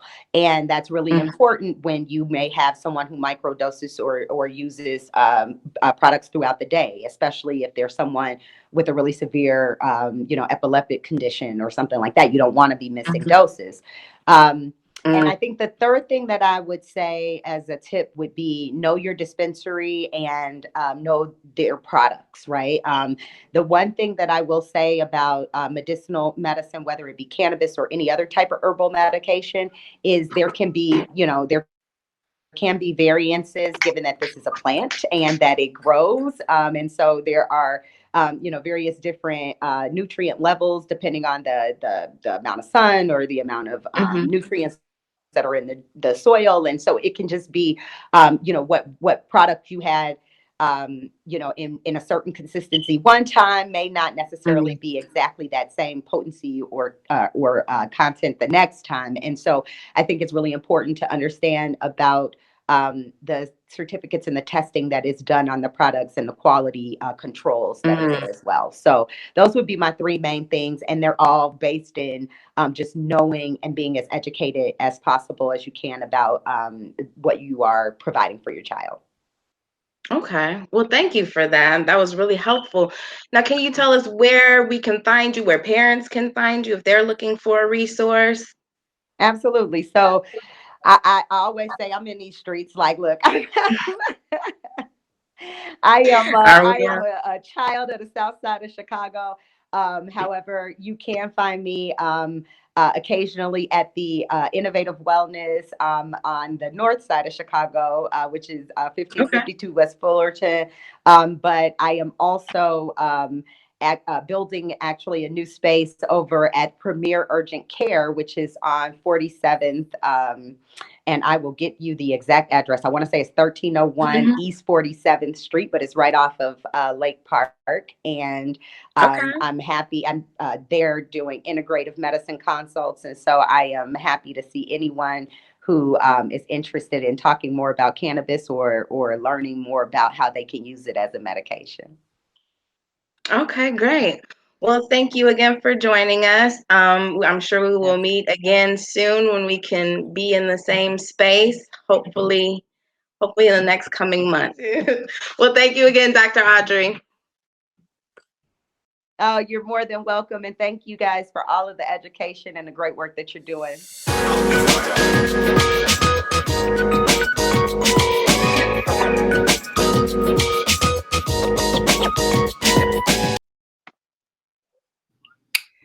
Man. Hey!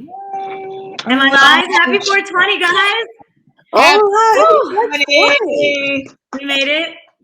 So good to see your beautiful faces. I was on the Zoom end most of the time, so I wasn't able to see all the squares. You know, I was just zeroed in on the panelists. So just a real quick round of applause to you three, plus the others that we can't see on the camera right now, everyone else that helped put this together, moderate the chat room, all of that.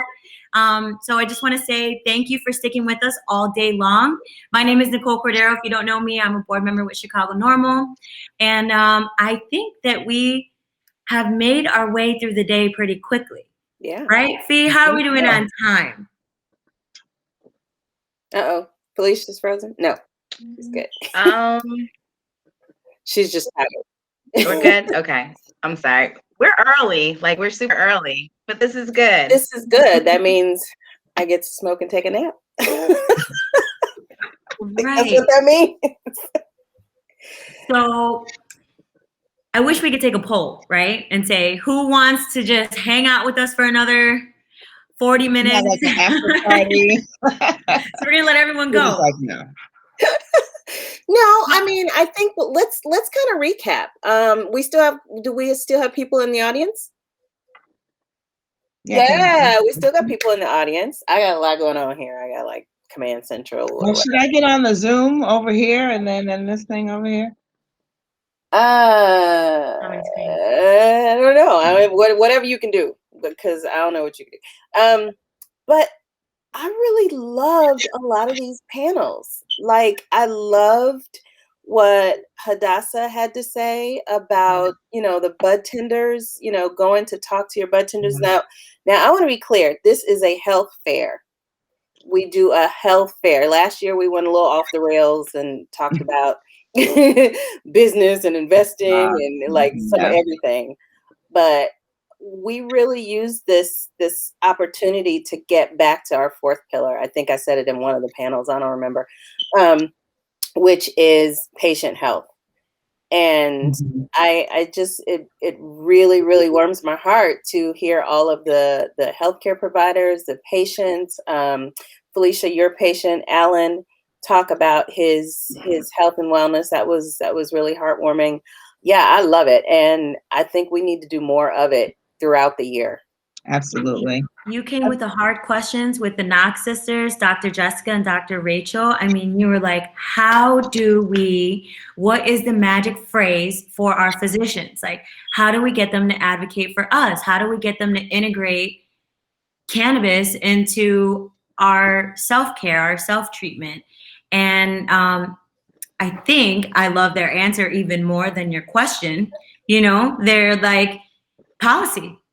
Lobby, use your collective voice and go make it policy that physicians are able to act autonomously. Although to hear the doctors say that they're not able to do that was, also enlightening. It's like, well, who's in charge of the doctors? Who's in charge? How do we make it go back? Yeah, I think for a lot of doctors, like, I think we're learning too that once those legal barriers are kind of moved out of the way, then they have a little bit more freedom even to just be able to do the things, Yeah. How cool is it that Dr. Audrey is starting up her own practice? I love it. I love it. Right on the southeast side of Chicago. Yeah. And that's right up her alley. She's been doing, she's really been into the whole integrative medicine and what's the one for not comprehensive, but complementary. Yeah. No, the complementary medicine, the West, So was that the address she gave at just at the end? Yes, it's the Urgent Care Center in Hyde Park, right? Yeah, it's brand new. It's like for our old school folks, it's where the racquetball club used to be. On 47th and Lake Park. Yeah, it's a black. Really important information. Yep. So it's pretty dope that they have that there. It's a black-owned, urgent care. She said that they've got an orthopedist there and urgent care for sure. Yeah. So all owned by black. She's the only black woman owner, she said, I think. Yeah, that was really cool. Let's see who else. Oh, Dr. Leslie. Shout out to Dr. Leslie. I love that. Always informative. Yes, always informative. Delta 8. Who knew? That was Alan. Yeah. I am trying to learn about. Me too. Me too. I want to hear from him. I want to try it. Yeah, I want to try it again. I want to do it again. I tried it on New Year's Eve at around 7 o'clock. And by 10 o'clock, I was like, I'm not going to make it to midnight. And it was just like a 10 milligram dose. And so I was like, I'm like a lightweight, but that was like, Was it edible? It was an edible. Okay. Yeah, it was like a little Rice Krispie treat. I think I also had a pump in my coffee. I got it. I'm not trying to plug a business, but I got it from a local business. They did not pay for this plug, so I'm not going to shout them out. But I did get it from a local business, and I was able to get like a pump in my coffee, and then like the little edible.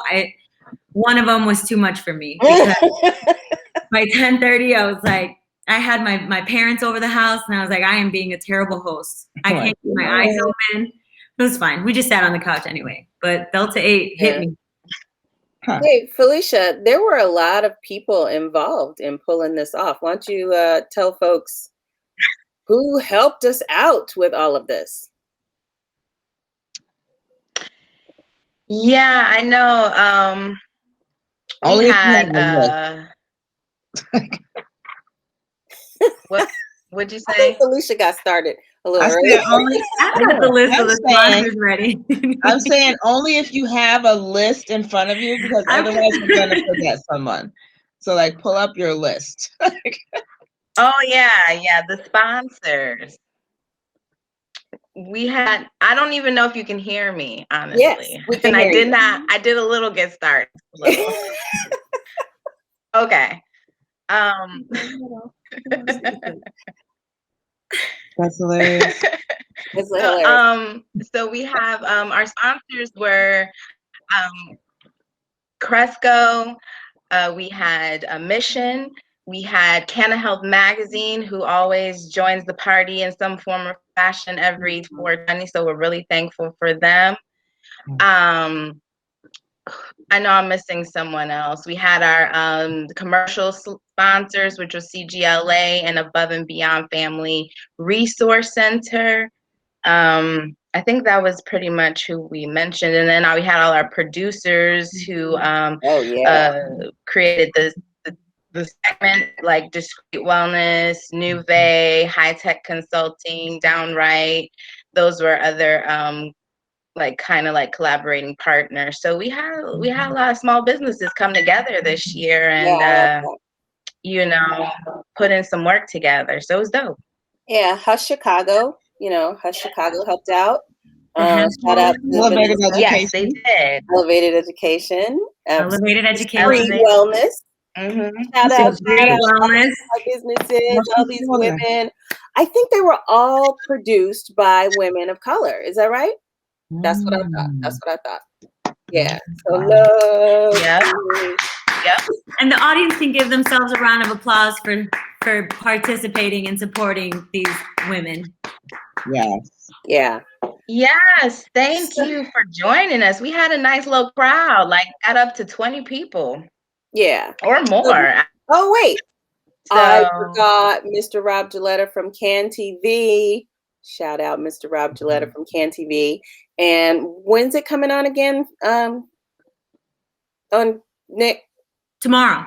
Okay, I thought you were looking at FD. All right, so if you missed the address for the Integrative Health Center that's now in Hyde Park, the old racquetball center, you can watch this whole program again. Let's see, when is this? So we're gonna shout out Can TV, because if you have cable in Chicago, you can watch it on Can TV tomorrow, 9 a.m. No, the 20. Channel 27. Yeah, that's what I thought. Okay. I thought it was coming on, But not tomorrow. We do have something coming up later in April, but check your local listings. And then April 25th, we've got that hemp crash course. I don't know, Edie, if maybe you were mixing that up. So April 21st is Can TV, and then April 25th. But No. Okay, here we go. April 25th. Hemp crash course. Is the hemp crash course, starting at what time, Fee? Noon? 12. 12, right. But also on April 25th, on Can TV, is the replay of this on Channel 27.